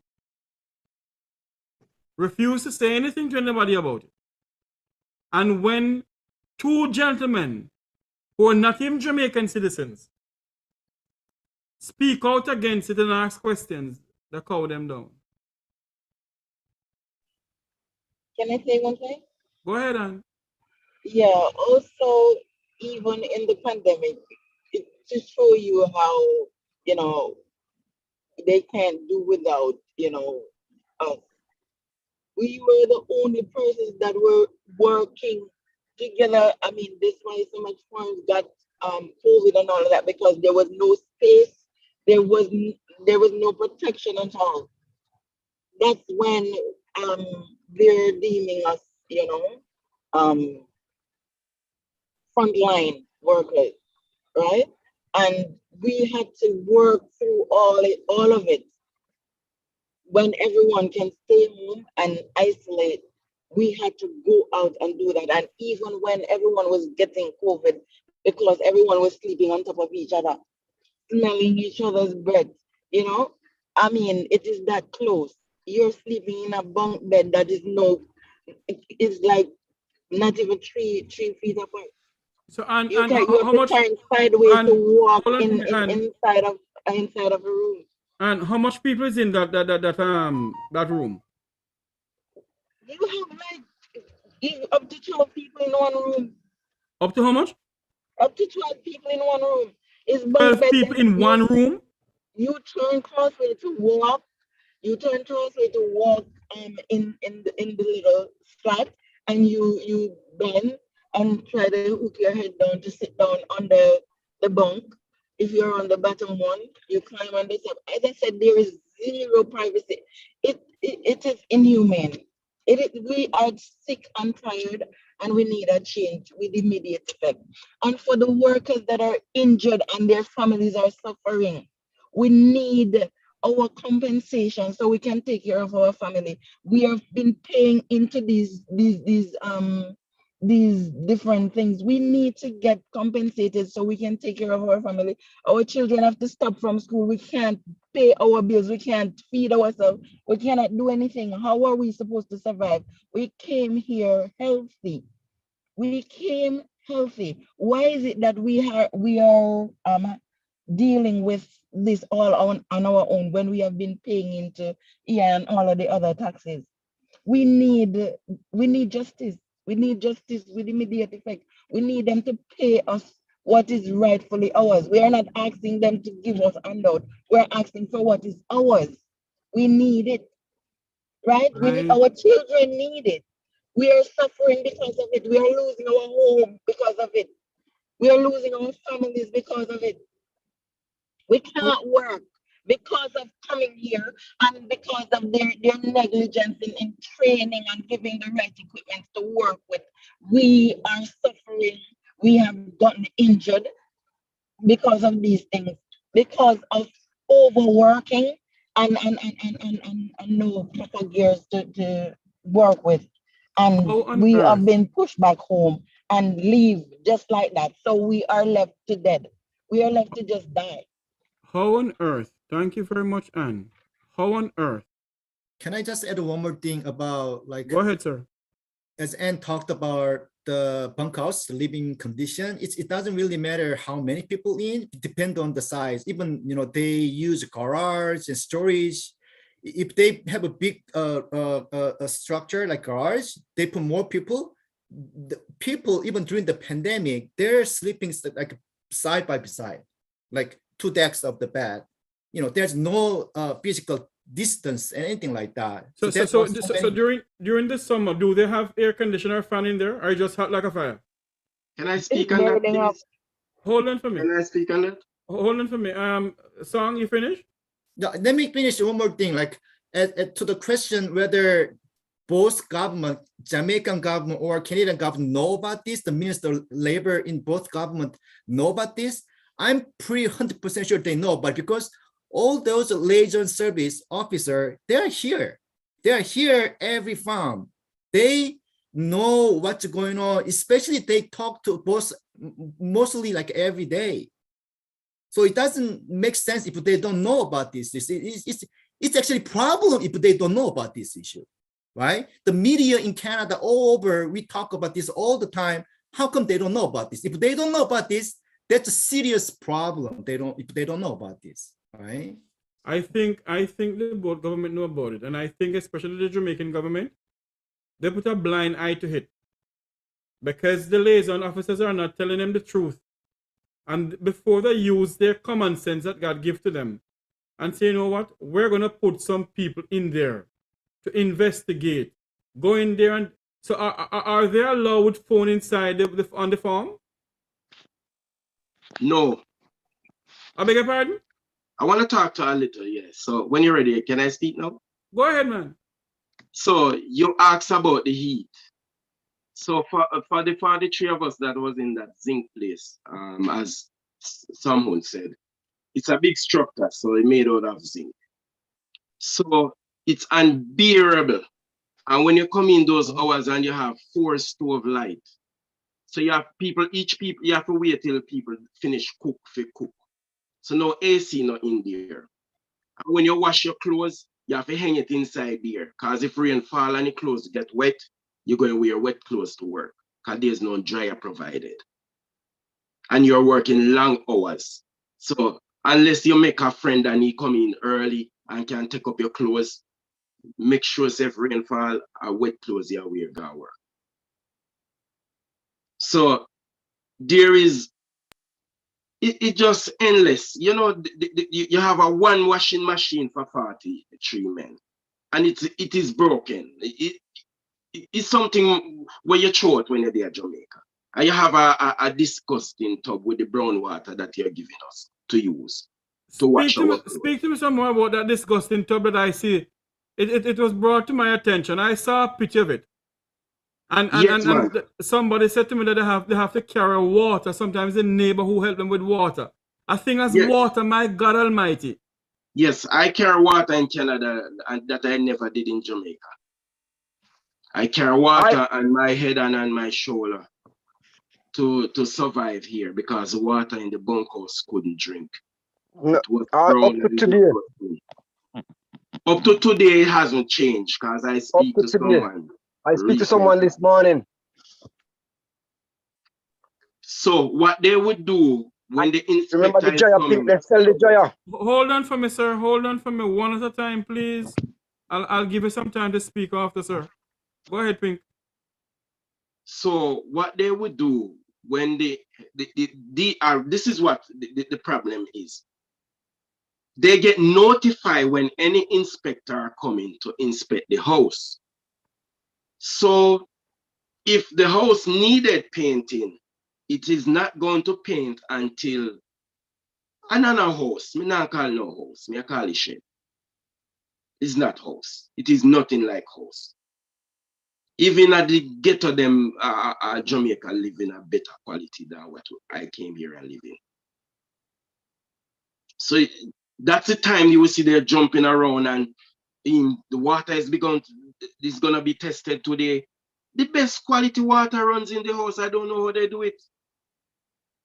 I don't know how these people do it, but that's the best quality water. And when you're talking about people visit, they are going to use the senior man to represent the farm. So they don't have to tell them nothing. They are loyal to their employer. They have been coming for 30 how much years. And they're not seeing that wrong. For you to come in on a program so long and don't have status here, that something is wrong with that. But yet still, when the inspector comes to inspect the place, these are the same type of people they're going to pull to go and talk to these people. Because they are called seniors. They're there for long however. And the moment they can get a vehicle, you know Jamaican love sweets. So from them I get little sweets, I get one nice vehicle to drive it. Yes. Yes, them So hold okay. on there, Mr. Pink. You're saying to me that your own Jamaicans, your own fellow Jamaican, is in bed with these people too? You better believe it. You better believe it. The how you think they get to red flag in this is not the boss here what you're saying. Is when you are talking, they take back your name and they say call you as a troublemaker. They say you are a troublemaker. And they will send for you 2 o'clock in the morning before day. And don't believe that same vehicle is going to take you to the airport. They're going to leave you at random places for another vehicle to pick you up, however time of the morning is that. And you know, animals, there are wild animals here in Canada. There's so much thing wrong about this program. Listen, I understand, say, yes, we need the program. Because Canada cannot do without it, and Jamaica cannot do without the resource that come from it. The turnover that comes into the country. Because we know the government love the money make the country better. So but it cannot be build something on the life of your citizen. Your citizen life. Because you're actually dying when you come. There's no season that passes that somebody don't die. None. Not one. And there's no season that ever passed that people don't injured here. No season that passed that people don't injured here. And what I can't understand, what I fail to understand, is that the Ministry of Labor knows about all of this, and they do nothing about it. They says lie, you not telling. So much people gonna tell so much lie. So much people can be telling so much lies. Mr. Thomas, you have your hand up. Go ahead for me to please, sir. Okay. I can just talk about even the living condition over there too, but I'm not really going to talk about the living condition. What I'm really going to talk about right now is when you get injured and you get injured. For all those who listen on the program now or who in Canada who working, one advice I could give them: when they get injured, don't leave Canada unless they get their paperwork done. You have some of the bosses over there, when you get injured, they want to ship you off back to the country without even getting the paperwork. When you come here without the paperwork, you're gonna have a lot of problems to get through, to see doctor and to see that, because you don't come with the proper paperwork. Even though when you come with the proper paperwork here and take it to ministry, and even when you go and see the doctors, and as I said before, WSIB cut off your benefit after 12 weeks. So after 12 weeks, your benefit been cut off. You have your family, the bill's still coming in, you can't work. Bill's still coming in, you have your kids to go to school, you have your family to take care of. Oh, you're supposed to do that. And you pay in the system from, I've been working there from 2001 up to 2017 when I got injured. And back in Jamaica, she come back in Jamaica, even though, thanks to the liaison that come to the bunk that day, and that our liaison service personnel come to the bunk and do the correct paperwork and advise me not to just do what WSIB said I supposed to do and do the proper paperwork and don't leave the country. You can't leave the country until you get the proper paperwork done. Even though I come with the proper paperwork in Jamaica, seeing doctors, get appointment, even the appointment made to see the doctor before I even leave from Canada. So when I come down and I wait a couple of weeks, then I get the appointment and see that doctor. And I've been going to physiotherapists and all of that. But what I'm saying, after WSIB cut off the benefit for 12 weeks, give you the benefit for 12 weeks, you don't have nothing to get after that unless you get in contact with IASCO or someone or those guys there to help out to you to get further benefit. So you just don't leave Canada unless you get the paperwork. Come to Jamaica. That is my advice. I can Or you don't leave at all. Yeah, I just want to add one more thing about what Mr. Thomas talked about WSIB benefit. So as Mr. Thomas said, whether you are migrant farm worker, foreign workers, whether you're a citizen, as long as you get injured at the workplace, you are entitled to get WSIB benefit, which is a workers' compensation in Ontario, in Canada, right? But as you said, Thomas says, because of the system is really racist, the way it worked for those migrant farmers when they get injured, but even they have entitlement, right? Because they filed it, and even when they send them back, they try to file it. If they accept it, what the other the barriers the migrant farmers had, WSIB tried to cut their benefit as soon as possible, maximum like 12 weeks, right? And say that, oh, you fully recover. Even they didn't recover yet. They say, oh, fully recover, you can go back to work. Even they're not in Ontario, Canada. What they use as their excuse is, oh, you got injured in Ontario, Canada. So after your injury recover, you can find a job as a cash payer at the store or gas attendants in Ontario, Canada. Even they are not in Canada, Ontario. So this is a huge problem. It's really discrimination on those people on status, right? So, Mr. Hong, tell me now, what do you think a Jeffrey Tavares, a Wilfred Rattigan, and Mr. Mento should try and do to help our fellow Jamaicans who are over there? This is downright modern day slavery. And if Minister Carl Samuda don't say this is downright slavery, then something wrong with him brain. It's either he doesn't believe or he believes and doesn't care. It cannot continue like this. Christopher, you have something to say? Go ahead, Christopher. So three immediate components I want to suggest and put it out. And then I think the rest of the group will have amazing ideas as well.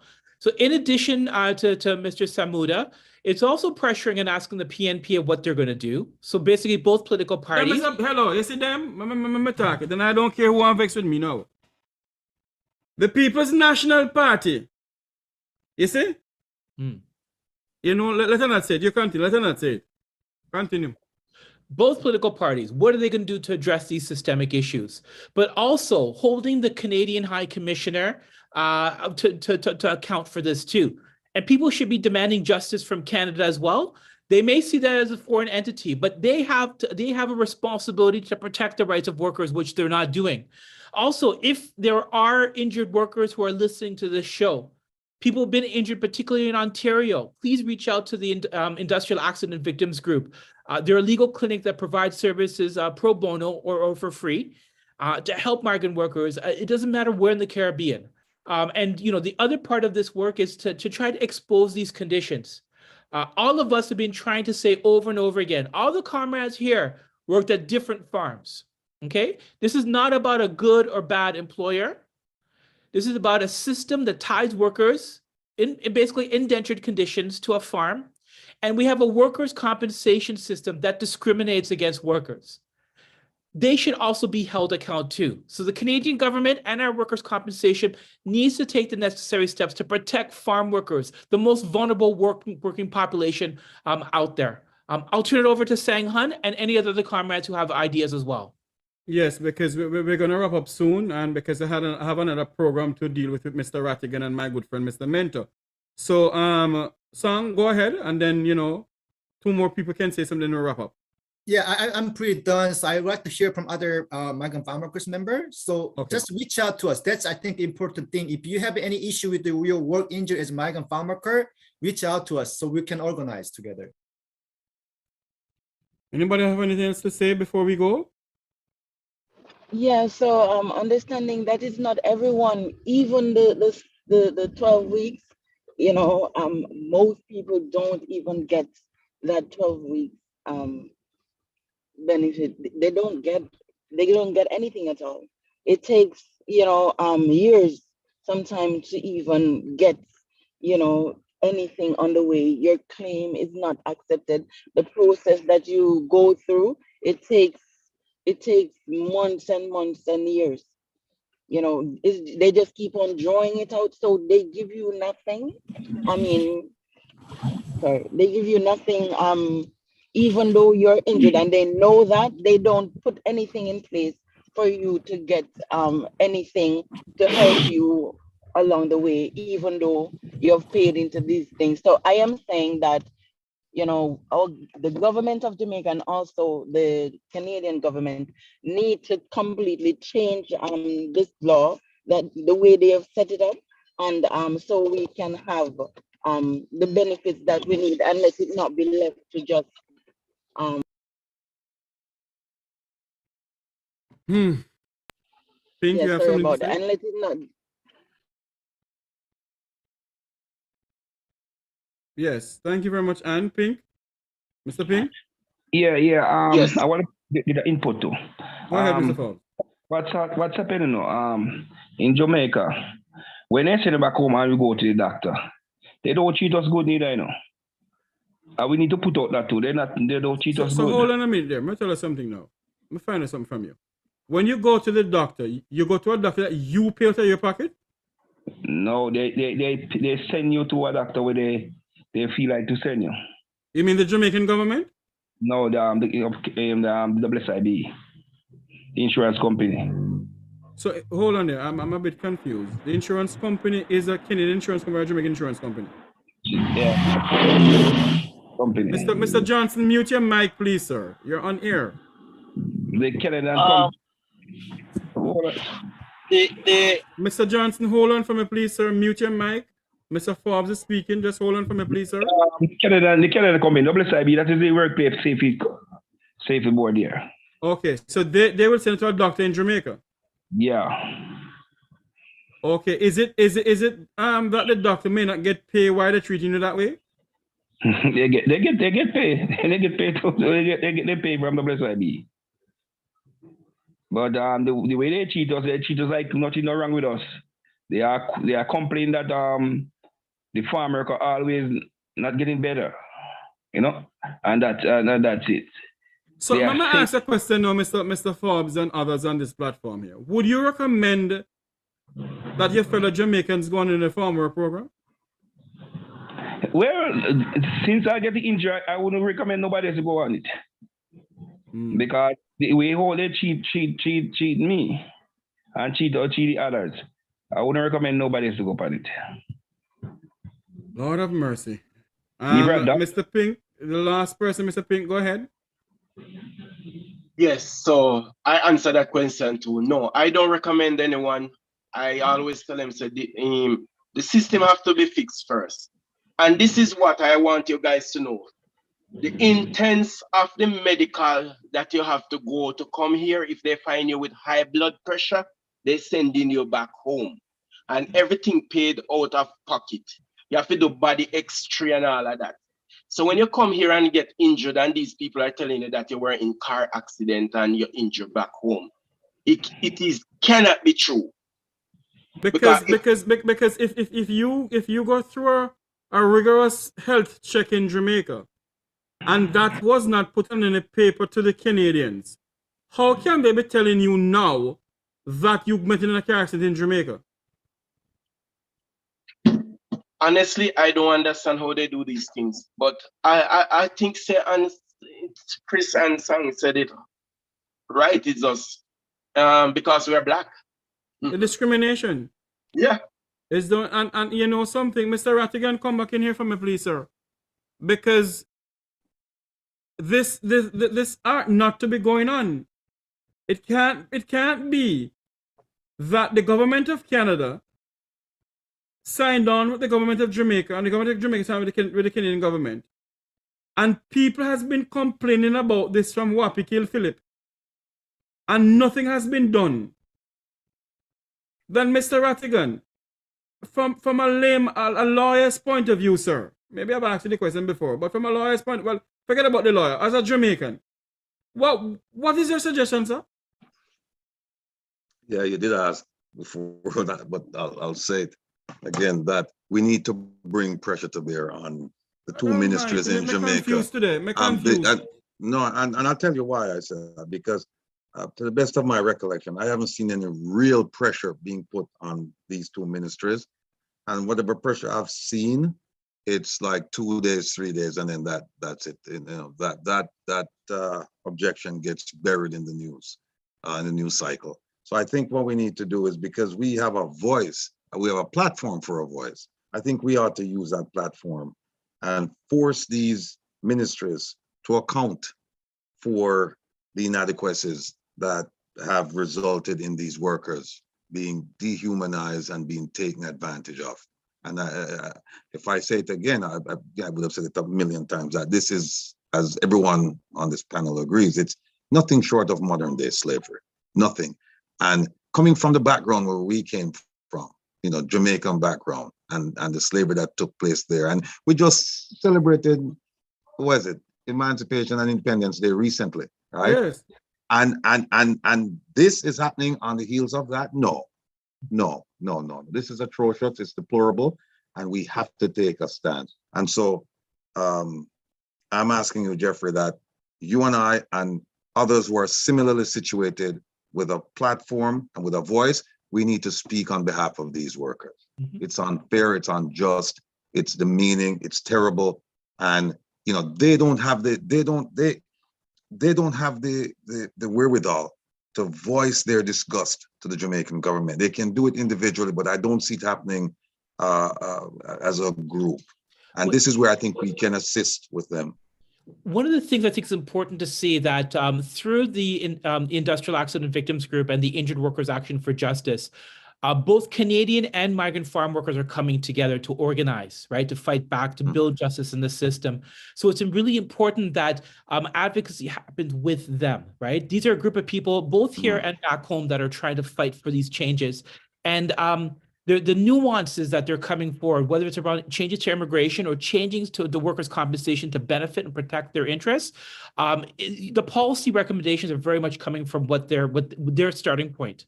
So they are definitely, in this fight together. And I think it's important for us to show solidarity with them, right, as we fight further and continue to fight that thing. The other part, I think, is around the legacy of slavery, right, through the political, the illegal, and the social institutions that happens here.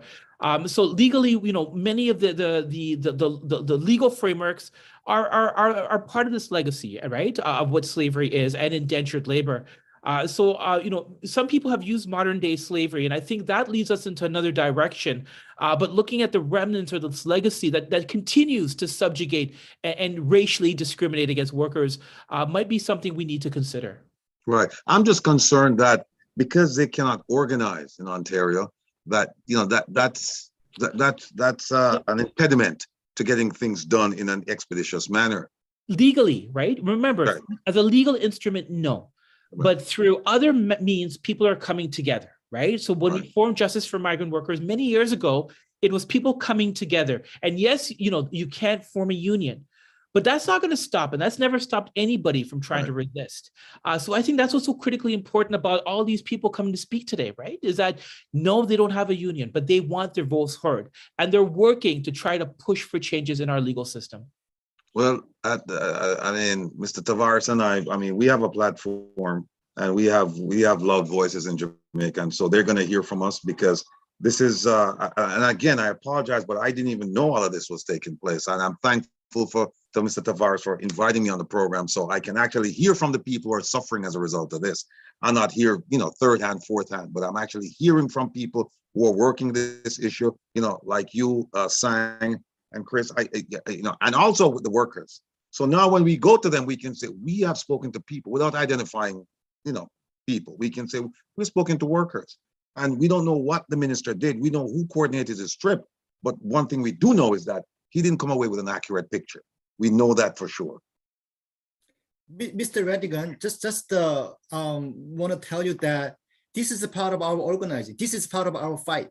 Meeting you and Jeffrey on the media, talk about the migrant farm workers experience, what we have done so far and what we're going to do more. This is part of our fight and our organizing. Even Chris said, legally, we can form the union, but we can keep fighting and organizing against this injustice. And this is not going to be the last time. I hope this is not going to be the last time we talk each other. No, it won't.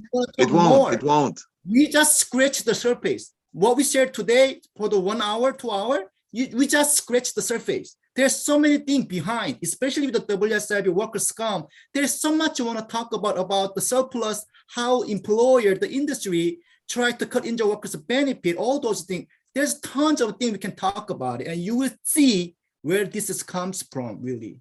Well, just to let you guys know, I'm starting a radio program next month, and I'm certainly going to have you guys on as well as the workers as well, because and it's going to be broadcast in Jamaica like Jeff's program is. But they need to hear from you guys. I mean, I would provide the platform, I'll frame the issue, but then you guys, they need to see you, because sometimes when we speak to them, they go, oh yeah, maybe it's one disgruntled worker, or yeah, maybe he's just making it up. But when they see your faces and they hear from you and they hear what these workers are struggling through, I mean, it's heartbreaking to say the least. So what's critical, I think this is the first time on this show, you've had 6 or 7 injured workers coming together, right? So this in itself is really powerful. And I hope the viewers and listeners see this, right? The fact that all these workers are speaking out. Senghan and I just posted the open letter. I know there's been a lot of focus on the open letter to Samuda. There's been previous letters, open letters from workers, and we just shared another one around the conditions that injured migrant workers are facing. And that went to the Canadian government and the Workers' Compensation and the Ministry of Labor. But, bless up and respect to all y'all for coming out. And, all of you workers are definitely peeps. You're brave and you're courageous, and, please don't stop the fight. Right. And Sang, just to respond to what you said, this certainly won't be the last time, that Chris, that Jeff and I will speak to all of you. This is going to be continuing until changes have been made. This is going to continue. Because I have Song number and I have some others number. And Chris, you can give Song can give you my number. We can keep in contact, because this can't continue. It cannot continue in 21st century Jamaica, wherein the Prime Minister and the Governor General is saying to the people of Jamaica to come home to live, work for Vision 2030, when our citizens are being treated as if they're slaves. It can't be. One of the most concerning things for me is that the conditions are deplorable, to say the least. And yet, even with all of this evidence, we still have people willing to leave Jamaica to go and earn a living in Canada. It tells me how bad Jamaica is. That's what it tells me. Because they know the conditions. So some of these people, they have firsthand knowledge from people who have been there. They come home injured and they tell them their stories, and they still say, you know what, I have to feed my family. I have to take a chance. I have to go. Maybe it won't happen to me, right? And they go. So, I'm pissed off right now. I'm telling you. I don't know if I should use that word, but I'm really ticked off. Ticked off about this. I feel so sorry for these people who have done this. They've made the sacrifice to go for their families, and this is what they get. This is not a bargain. This is not a deal. It is not. My fellow Jamaicans, thank you very much for coming on. And if I may use this word, from a brother to a brother, one love. From a brother to a sister, one love. And I will not stop. I will not stop until I get justice for you. I will not stop talk out. I will continue talking out until the powers may be hear my voice. Hear Wilfred Vatican voice. It cannot continue like this. We're Jamaicans.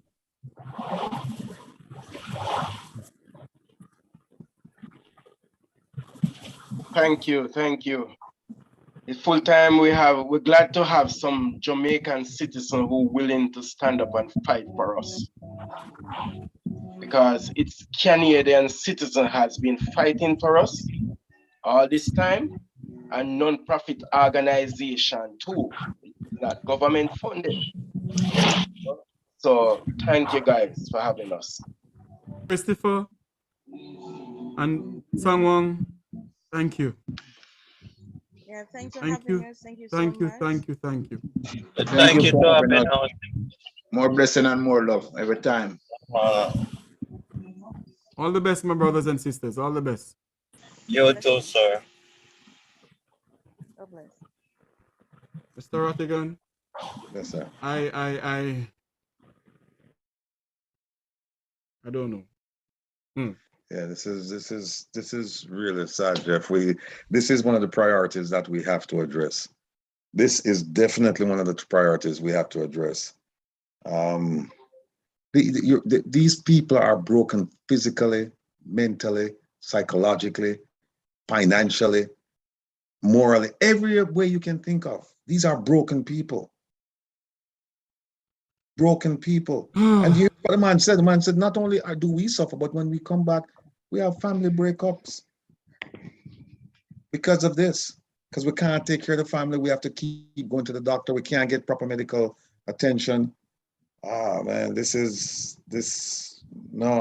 And again, thank God for the NGOs in Canada, the non-profit and those Chris and Mac for doing what they do, because they didn't have to do this. You know, they didn't have to. And our fellow Jamaicans were there, who are liaison officers, is siding with the people who are doing this. Yeah, sellouts. I mean, those two guys are people of goodwill. You know, they have good hearts, and God bless them. And if they're gonna, how can we not continue to fight? I mean, they're fighting. How can we not fight? I mean, this is our fight too. There you go. And they're not Jamaican citizens. They're not Mexican citizens. They're not Trinidadian citizens, because apparently it's happening all over the Caribbean. Right. You know, can you continue a little bit more, or you want us to wrap up? No, I can't continue, man. My time is your time. As I see, Chipper is saying that he'll be back. You want to speak some more about it, Mr. Minto. So, you know, I am here, and, you know, if anyone want to call in, let me throw this out. Anybody who's listening to us on Facebook and YouTube, and you want to call in, you want to say something about this, of what you hear, please, you can call this number. Let me find the number and give it to you. The number is 876-782-8235 is a WhatsApp number. Call this WhatsApp number. What do you think? Do you think that the Jamaican government is sending our Jamaican citizens overseas to become modern day slaves? Based on what you hear a while ago, call in 876-782-8235. That's 876-782-8235. It's a WhatsApp number. Call it right now. And let us discuss what is going on. Is it two political parties in government that was, I mean, like, you know, in Jamaica, has been sending our citizens overseas to become modern day slaves? Wow. It's very hurtful. It is very, very hurtful. And I don't understand. I refuse to understand this. It's almost like they're a forgotten part of our society. Yes. You know, nobody cares about them. You know, nobody cares about them. And they're putting money into the public coffers, because when they go to work, they send money back home, and when they come home, they bring whatever they have, right? And that money helps in some way to enhance the budget. The economy. The economy. And so I can't see how they can just ignore these folks and just keep sending them into the mill, you know, the grinder. They just keep sending them out, and they don't care how they come out at the other end. They just keep putting them in. And if you come out broken, they'll say, fine, we have more people. We can put some more people in. Don't worry about it. No. And you see, these are the issues that you and I have been talking about, saying that these are non-partisan issues. Non-partisan in the sense that this is not a JLP issue or a PNP issue. It's both. It's both of them. Yes. Yeah. Both of them have been doing this thing from 1962 until 66 until now. And we sit down, and before the Minister of Labor just go up there and unannounced, and pick the forms that he wants to go and see. Right. And before he said, okay, since you don't believe the workers, send somebody up then to be a farm worker then. Look, Jeff, there is Jamaica has an official establishment in Canada called the Jamaican High Commission. There you go. The Ministry of Foreign Affairs. What are they doing? I'm going to reach out to them, you know. I'm going to reach out to the Ministry of Labor, to the Canadian High Commission, and the Jamaican High Commission in Canada. Because if this is continuing for how many years, and you don't hear nobody speak out about it, until these workers are tired of it now, and they're speaking out about it, and the Minister of Labor in Jamaica called somebody saying nothing no go, sir. Minister called somebody, what kind of heart you have? And yet you all come up every 5 years begging the same people who go on farm work to come and vote for you, no? And I hear the opposition spokesperson in Labour, Angela Brown Burke, is saying that it is atrocious. It can't be happening. And it happened on her watch, on the fair government watch. It happened on the Portia Simpson Miller watch when she was Minister of Labour. It happened on the Portia Simpson Miller's watch. It happened on a previous minister's watch. You know? This is what happens when you have people who are, they're not focused. They're not focused because look, you know, based on my background, when somebody gives you a portfolio, you're supposed to know that portfolio inside out. Yes. I mean, that's your job, right? That's your only government job, is to just focus on your portfolio. And when you tell me that, oh, we didn't know this was going on, then you kind of say to yourself, so, well, what else don't you know is going on? What else don't you know is going on? You know, one of the questions they used to ask a lot is, what keeps you up at night? What keeps you up at night? And I guarantee if you ask the minister, if you ask Scott Samuda, this issue won't be one of them that he'll mention. Oh, that's no. if he says this, that's just if he says I have issues that keep me up at night. This won't be one of them. I'm fully prepared for him to say, oh, I sleep well at night. Fully prepared for him to say that. But this is something that should be bothering him. This is something that he should say, you know, man, these folks, they, you know, I worry about them, and I'm trying my level best to get, you know, the government to do something about this, because this cannot, this is unbecoming of Jamaica. I mean, given our history, right? And then, you know, remember they used to talk about that it's not only the white man who brought slaves from Africa, blacks in Africa also contributed to it. Yes. Well, that being the case, I mean, this is it again. This is being revisited. But Mr. Rattigan, we have a bunch of white people in the parliament, you know. Oh, in the Jamaican parliament, of you're course. talking about? Okay. Samuda is a half white man. You know? So is it that, you know, and I'm not being racist here, but the fact of the matter is you cannot have your own citizens in modern day slavery and do nothing about it. I wanted to listen to a video. I wanted to play to for the you know, the farm workers, but at the time, you know, so I want you to listen to this video, Mr. Rattigan, that came out of Canada. Canadian News did this.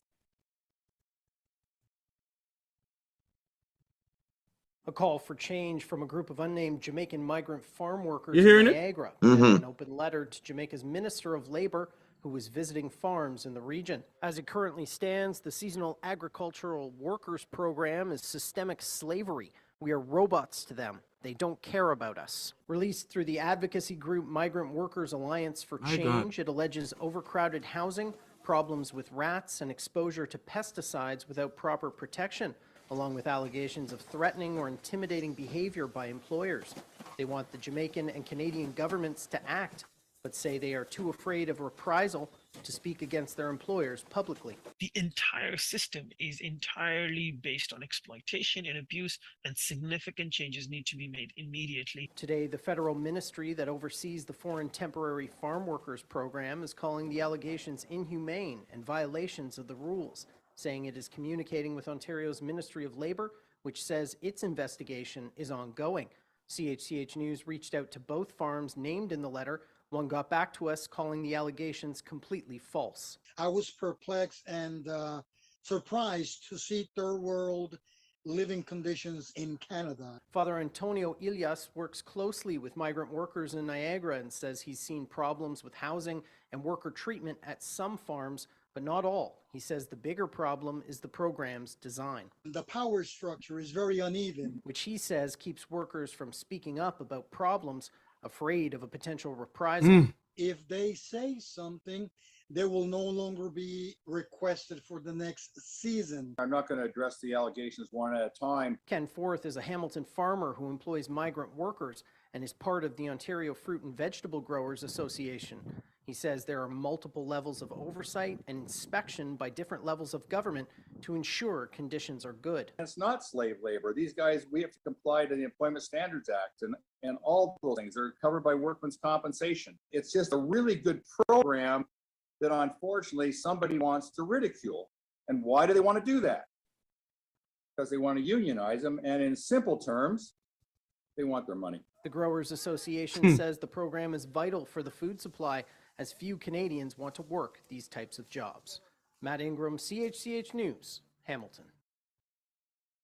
You know, I Mr. Rattigan, what is your take on what you just heard? Yeah, it's an expose. I'm just, you know what? I'm sure there's got to be somebody out there with a camera, hidden camera or something like that. If we could get some of those videos or have somebody going with a video with a hidden camera and just look at the conditions. I mean, that last guy who spoke talking about, oh, they just want to unionize, that would just demolish his argument. We need somebody to go in with a hidden camera and just make a video of everything that's going on there. I don't know, maybe it can be made by somebody who's actually leaving and has no intention of returning, and they can make the video and then just give it to the, what's a group called Migrant Workers Alliance for Change. Just give it to them.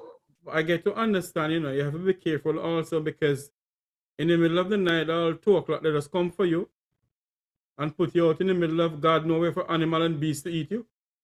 Yeah, that's what I'm saying. It would have to be somebody who's like, you know, you're leaving tomorrow, you know, and you start making the video like a week or so before, just to, you know, document the thing. And that can be done. I'm sure it can be done, because this is crazy, man. This is crazy. I'm sure there are UN agreements, UN proclamations, UN edicts against this. You know, the best person to get on this is Ambassador Curtis Ward. Yeah. Yeah, he would know the subcommittee that looks into slave labor,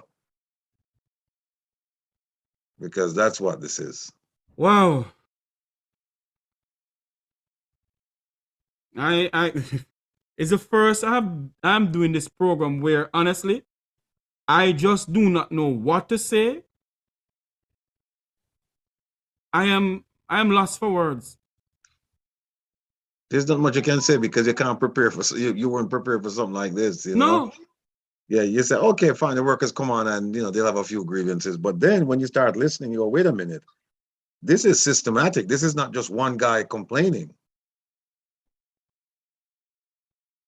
And the minister says there is nothing going on. I am trying to find the video where he said it. He ended up saying, and I'm going to search and see if I find that video. He ended up saying that he doesn't see anything. What I want to do is I want to see the letter that they sent to him. And then tell me if you know. Wasn't some letters put up to us a while ago? Yeah, it like the letter came from the Migrant Workers Alliance for Change. Okay, it wasn't from the okay. Yeah, they sent a letter to him, and then and they complained about the conditions. So it will be interesting to see if he took that letter and what did he do with it, because something like that, you don't tell the farmers that you're coming. Something like that, you talk to your people. The High Commission, don't tell them to the liaison officer. Yeah. Say to the ambassador himself in Canada, and that's it. Yeah. Yeah. Don't talk to the liaison officer. No, because they're gonna go tell the farmers and then set everything up. So no. You just have the High Commission, the office of the High Commission, have them work with them and then set up the impromptu visit and then you just go on there and then you see it for yourself. Man, this is crazy. And you can imagine, you can imagine there's a lot more going on. I wonder if it's going on here in the United States. Of course. The only problem is that the Mexicans live and well, the Hispanics, because it's not only Mexicans, they have organized. I think the guy's name was Hugo Chavez, where he's like a hero for them, where he organized Hugo against the Chavez, farmers. I mean the one from Venezuela? No, not Hugo. Yeah, I think it was Chavez. No, not from Venezuela. There was an organizer. Okay. Yeah, an organizer for the farm workers, and he made a big stink, man. And they made changes as a result of that because I think they even went on strike. And like I said, people from Canada, they're not going to do that kind of work. Mm-hmm. And if there's a huge strike, then they're going to lose lots of money. Prices are going to go up. It's going to be a problem. Mm-hmm. But that's what needs to take place. That's what needs to take place. But Mr. Minto, based on what you heard a while ago, sir. Yes, Mr. Tavares. I mean, what is going through your mind? I think honestly, it needs to be an uprising for there to be results that are needed for the people to get justice. I understand that strikes may cause some people to be out of work, but sometimes it may be the road that needs to be taken. Somebody has to be the blunt of to feel the pressure that the people are feeling. They are oppressed. My fellow Jamaicans in Canada working are oppressed, and they're tired of the lackadaisic responses that they're getting from all ministries, from all foreign governments. And it's sickening. It's very sickening. So I believe that there needs to be some form of uprising. And I am very disgusted of the liaisons that are actually operating in the benefits of the master. It seems like we're back in the 1800s, like we're all the way back in slavery. Like you prefer to inform upon your fellow Jamaican members who are seeking for better for themselves, instead of informing the people of what they could actually do to improve housing, improve water supply, and improve the way of life for the people. It is disgusting. But the question must be asked though. And I want to get a copy of what Jamaica signed with Canada. Because if what Mr. Some younger Sean, what he's saying, Ian Christopher, and I believe them. I don't disbelieve them. I believe everything they're telling me. That all of those, and did they say every year they meet pertaining to the whole renegotiation, Mr. Rattigan? Yeah, he said that because it's an annual contract with the government. So if they meet every year and that is presented to the Ministry of Labor in Jamaica and they put a blind eye to it, that means they don't mean the people well then. Quite frankly, they don't mean them well. We have been going at this for over nearly 2 hours now. This is we're going to say so long from here. We're going to say goodbye from the Make We Talk program because honestly, I am lost for words today. Do me a favor. See if you can talk to Chris, if you can get a copy of that letter. Yes. I'm going to do that. Copy of it. Yeah. And the thing is, now is the time that we need to start raising our voices because the negotiations for 2023 will take place around December of this year into January of next year. So we need to start raising our voices now. Let them know that we're on top of it. And we need to get in contact with the Jamaican High Commission, with the Canadian High Commission in Jamaica. Yeah, and also the Jamaican High Commission in Canada. Yeah. Yes. Because food is always going to be the means of the nation. Without food, we have no nation. We cannot have a nation without food. Yeah, no matter what resources are needed, we're always going to need food because we have to feed our people. Wow. It's disgusting. I understand how you feel, Mr. Tavares. I see the utter disgust in your eyes. And I see it in Mr. Rattigan's eyes too. We are disgusted as a people. You know the funniest thing? I have somebody on the same space The same space that you and I go on sometimes. Call DM me one away and say to Mr. Tavares, can you help me to get a farm work program thing from one of the MPs then because I want to go on it. Not even the dog on my yard will not have to go on it. No. Honestly. No. Honestly. Not even the dog at my house. Honestly, I wouldn't. Listening to how the people talk about the water. Water which we know is life. Water that we need to do everything. Drink, bathe, everything. Wash our clothes, clean ourselves, The gentleman, one of them told me before they came on air, one of them told me that they have to catch water, go out there and get water from their neighbor. Because the water they have coming through the faucet, it red like the red dirt in St. Elizabeth. Wow. And that is what Minister Carl Samuda, along with previous government, along with when Minister Portia Simpson Miller was Minister of Labour, along when Jack Smith was Minister of Labour, along when Edward Siaga was in the 1980s. And they have been complaining from then, from 1966, they have been complaining. And no government in Jamaica do anything about it. Hold on, Jeff. 1 second. Jack Smith, wasn't Jack Smith the guy who went to prison for stealing the farm workers' money? Him same one. Okay. And it is such an easy thing to look upon because all you really need is what they would call an undercover. And you send it undercover as a worker to report back to the Jamaican government to really get an insight on what is taking place. That is to show you the level of respect. That is to show you, Mr. Mentor, Mr. Rattigan, the level of respect the Jamaican government has for the Jamaican people. That is to show you the level of respect the two political parties has for the Jamaican people. And all they talk about, we love you, Mama love you, mwah, mwah, mwah. Prince Andrew love you, mwah, mwah, mwah. And this is the love. Where you're going to the People's Parliament and you tell them, say, look, we have farm work program given out and not only that, they are put under so many pressure in Jamaica because they're stripped naked at the Ministry of Labour. The lady said it. The young man said that they're stripped naked at the Ministry of Labour before they got the farm work program. Jeffrey, look up in them wherever. But Jeffrey, where else do they do that? When you're good, I want to know. Hold on there. prison. Hold on there, Mr. Mentor. I want to know from Minister Carl Samuda, why does the farm work people, when they're going to the farm work program, why do they have to strip naked at the Ministry of Labour? Why do they have to strip naked? For them to look up in there wherever. The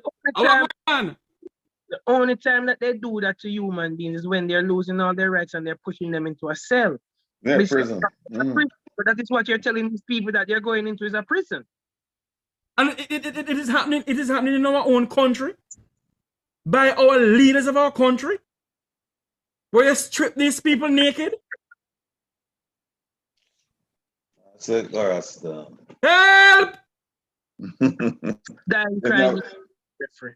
Now we're going to pick up them youth, yeah.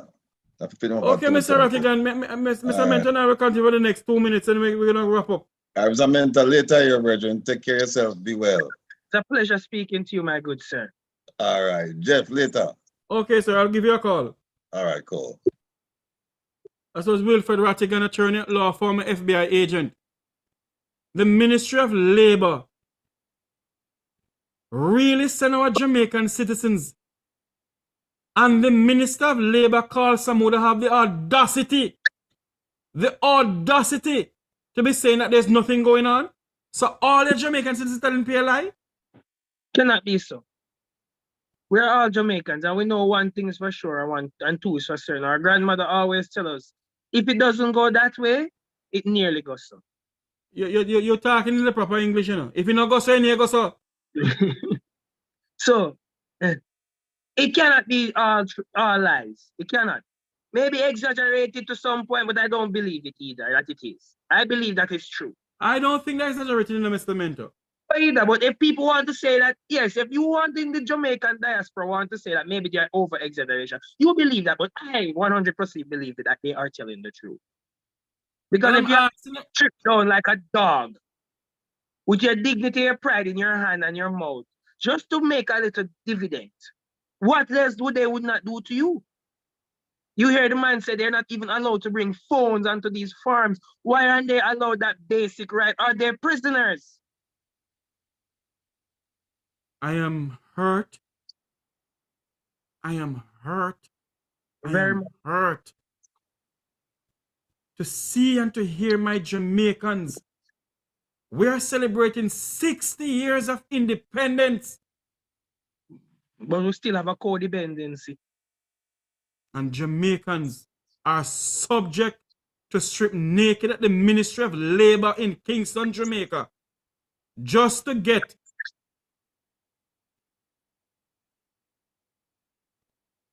to go overseas, to get some money to help the city, to help the parents, the family. And Minister Carl Samuda is telling the nation of Jamaica that the farm workers are lying. Not Nagosa. I have nearly 14 of them on my program a while ago. Who told us, along with two gentlemen who are not even Jamaican citizens, who are trying to help them. And the Jamaican embassy and the Jamaican consulate in Canada, they are not aware of what is going on. The Ministry of Foreign Affairs and Foreign Trade are not aware of what is going on.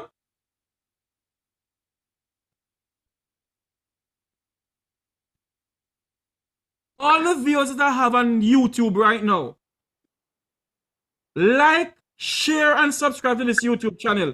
Let this YouTube go viral. The Jamaican government is allowing modern day slavery with their citizens in another man's country. The Jamaican government is sending the Jamaican citizens overseas to become modern day slaves. The Jamaican government, the two political parties in Jamaica, allow the Jamaican citizens to go overseas to become modern day slaves.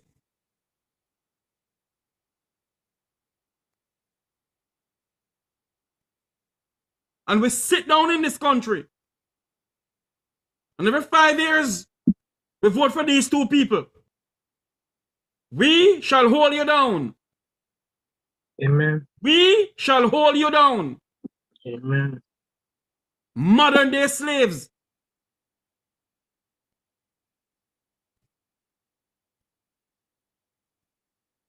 May God have mercy upon us. May God have mercy upon us.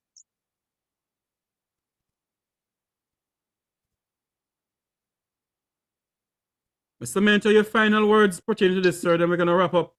Because honestly, I can't go no further. I don't want to burst out into tears on this platform today. To know what is going on.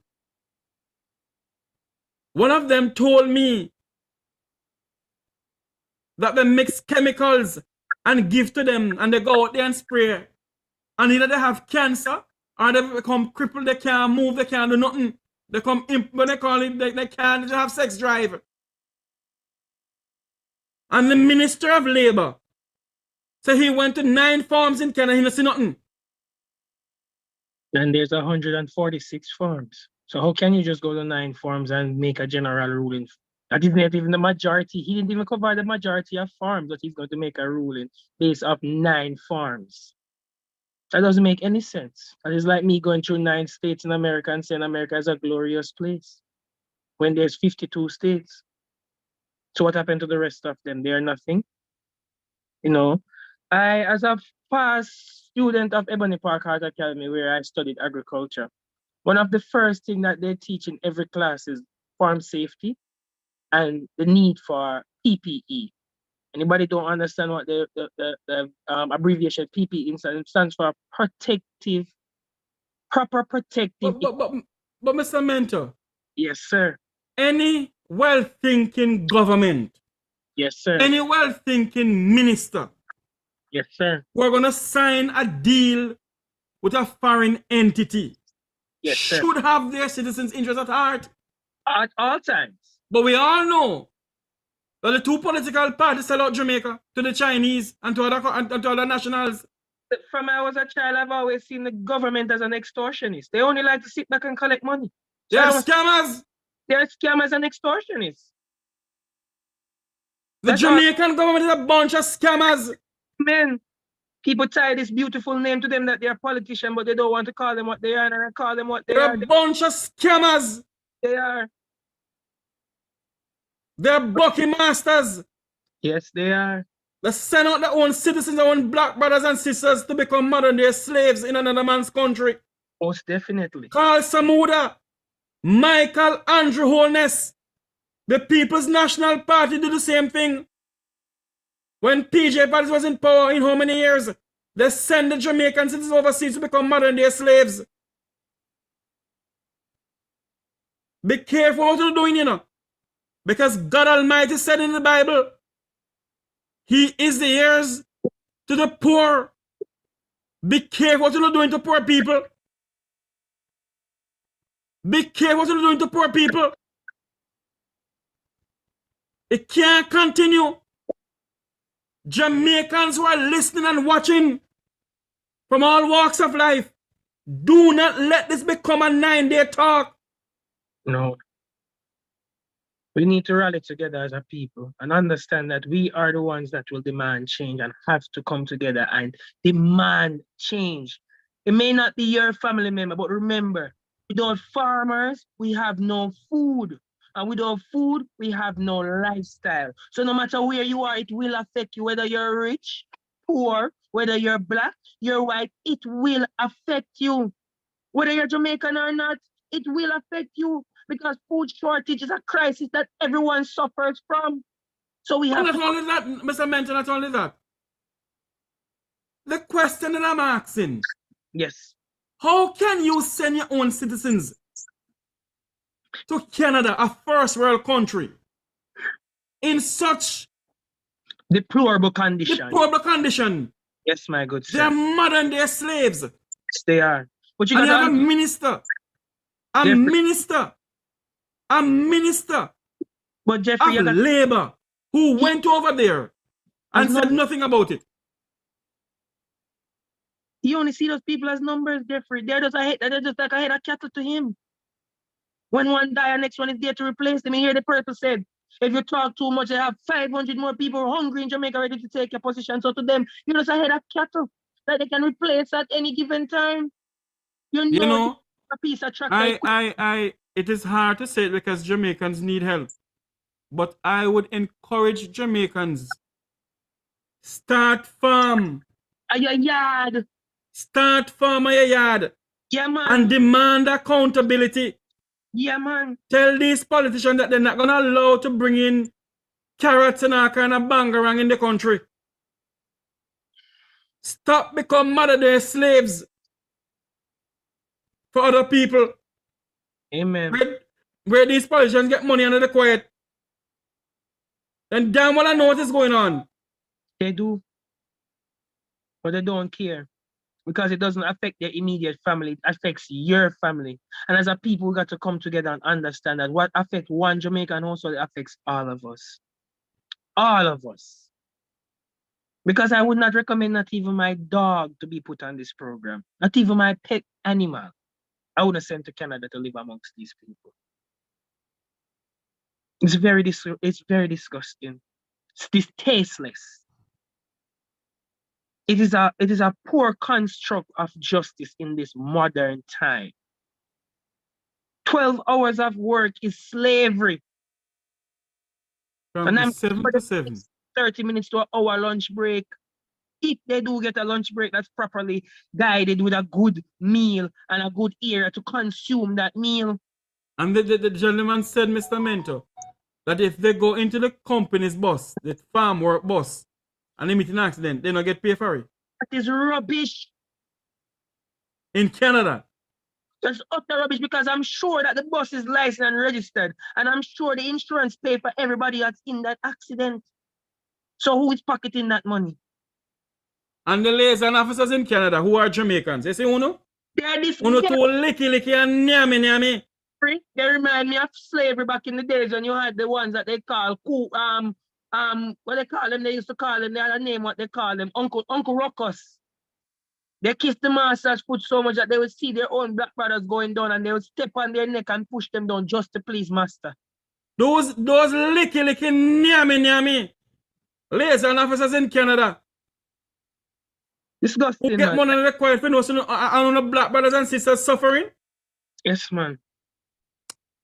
They're disgusting, man. I'm in utter disgust for them. Yes. No, I'm soon talk to him on the phone.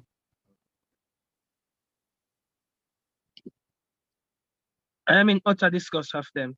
They are irritating my soul from my core right up, Jeffrey. I don't understand how you can sit around and watch your people be belittled and be treated just because you hold a little power. And I will always say it. They give a black man a little power and he will wield that power to hurt his own people. To hurt his own people. You know, so let me tell you something, you know, Mr. Mentor. Chipper, let me tell you something, you know. These politicians are putting the Jamaican people back against the wall, you know. Yes. Marcus Garvey said something, you know. And I pray to God it don't happen.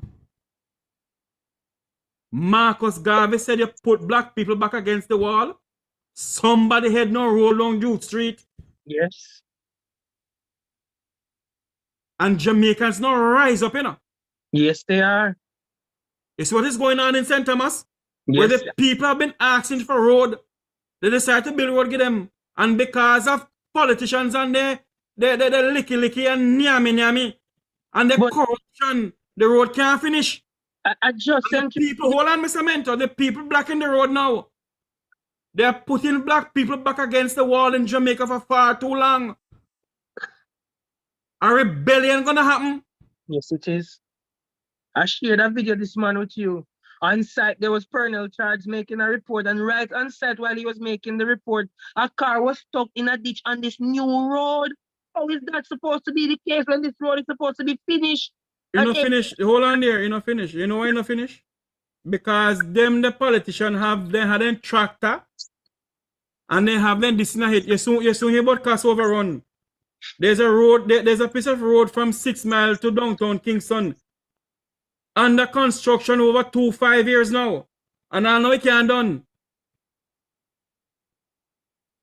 And I'm saying this afternoon on this program. Michael Andrew Holness. Look into the farm work program. Michael Andrew Holness. You're the chief servant of the people of Jamaica. Look into this farm work program. It can't continue like this, sir. Call Samuda. Wheel and come again. It can't happen like this. Jeffrey, I wish the time that how I saw them exert resources in the pandemic to go and find one man who disrespect him on the social media platform. I hope he will exert that same energy to investigate this. See, like how you could have rounded up police officers to find one man on social media that told you, wire. You found him in less than a day, you found him. I hope you can find that same energy to exert upon getting justice for our people in Canada. Because y'all keep wasting our resources in Jamaica and talk about we have no money. When we have enough money to do rubbish when y'all wanted to do it. Mr. Mentor, we have to now cut this because we have to have another program on the farm work. And my next program will be on our teachers. Yes. They need a Our teachers are leaving the education institution. Yet they can find, the government of Jamaica can find nearly $300 or $200 million to have a grand gala celebration of the Jamaica 60. What are we You see? celebrating? Poverty? And hold on there. And our teachers are leaving because of lack of proper pay.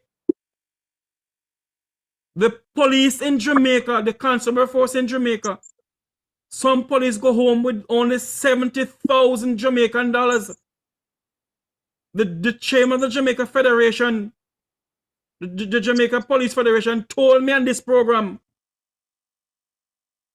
that one police officer go home with only $70,000. Much of them go home with 70,000 Jamaican dollars. 70,000.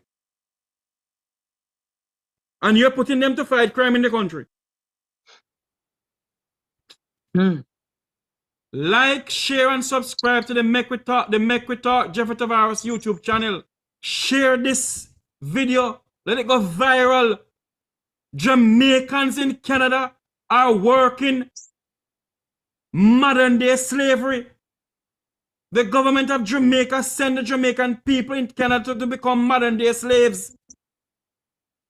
And the Minister of Labour called someone that says him not see nothing wrong at the camp. And there's 2 Canadian citizens who are not Jamaicans who take it up in hand and say, no man, it can't continue.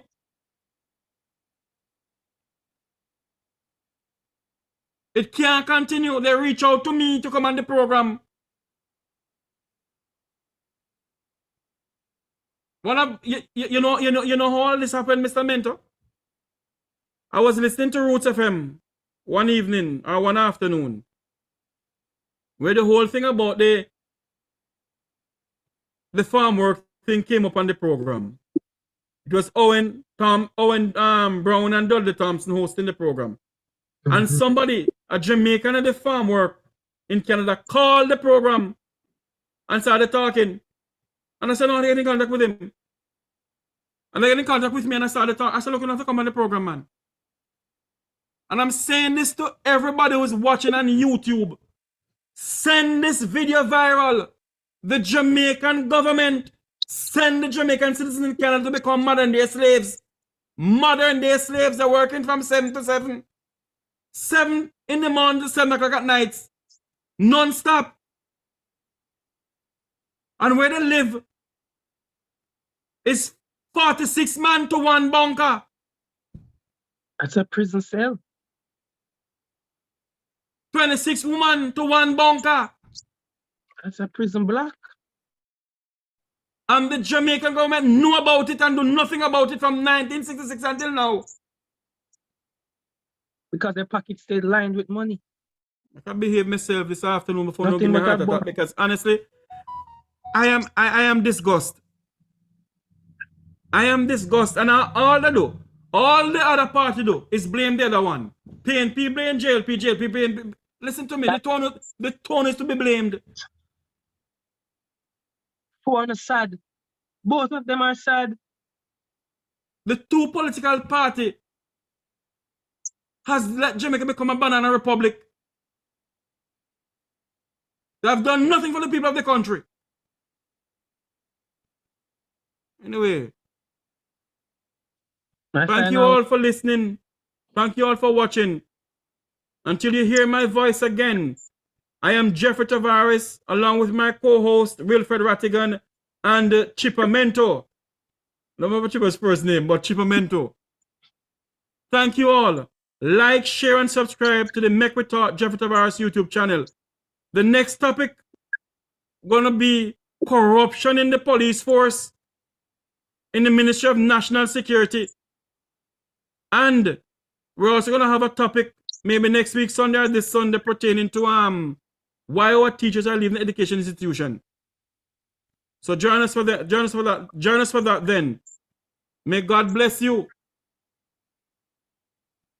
And may God bless Jamaica land we love. Maybe I should find my song as I'm gonna leave. You know, maybe I should find my song, Don't Sell Out. I don't know if I'm gonna find this song right now, but should never sell out our country, man. Yes, because you know, pro Jamaican. Don't Sell Out by Burning Spear. I wear my colors with proudness. Them your people, yeah? Hmm.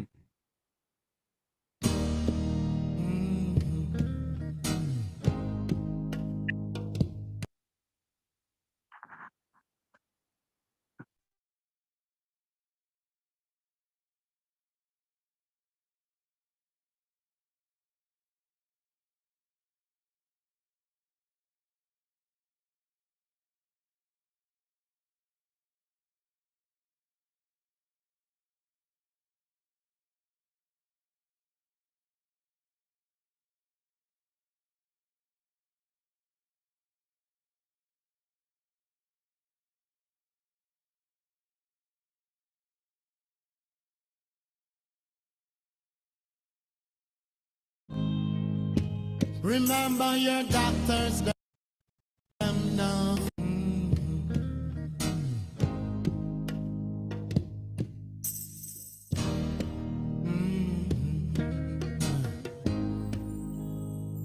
My Highland don't salute. My Highland don't salute. Please don't salute. My Highland don't salute. Remember your teachers, them now. Remember your nurses, them now. Remember your doctors, them now. My Highland don't sell out. No, no, no, no, no. My Highland don't sell out. Please don't sell out. Remember your farmers, them now. Remember your workers, them now. Remember your neighbors, them now. My Highland don't sell out. Please don't sell out. And on behalf of all of us here, I'm Jeffrey Tavares saying thank you very much. And I must say thanks to my auntie over there in Canada who has been watching and giving her input. Thank you very much, auntie. Love you. I am Jeffrey Tavares saying so long. God bless you. Chip, I'll give you a call.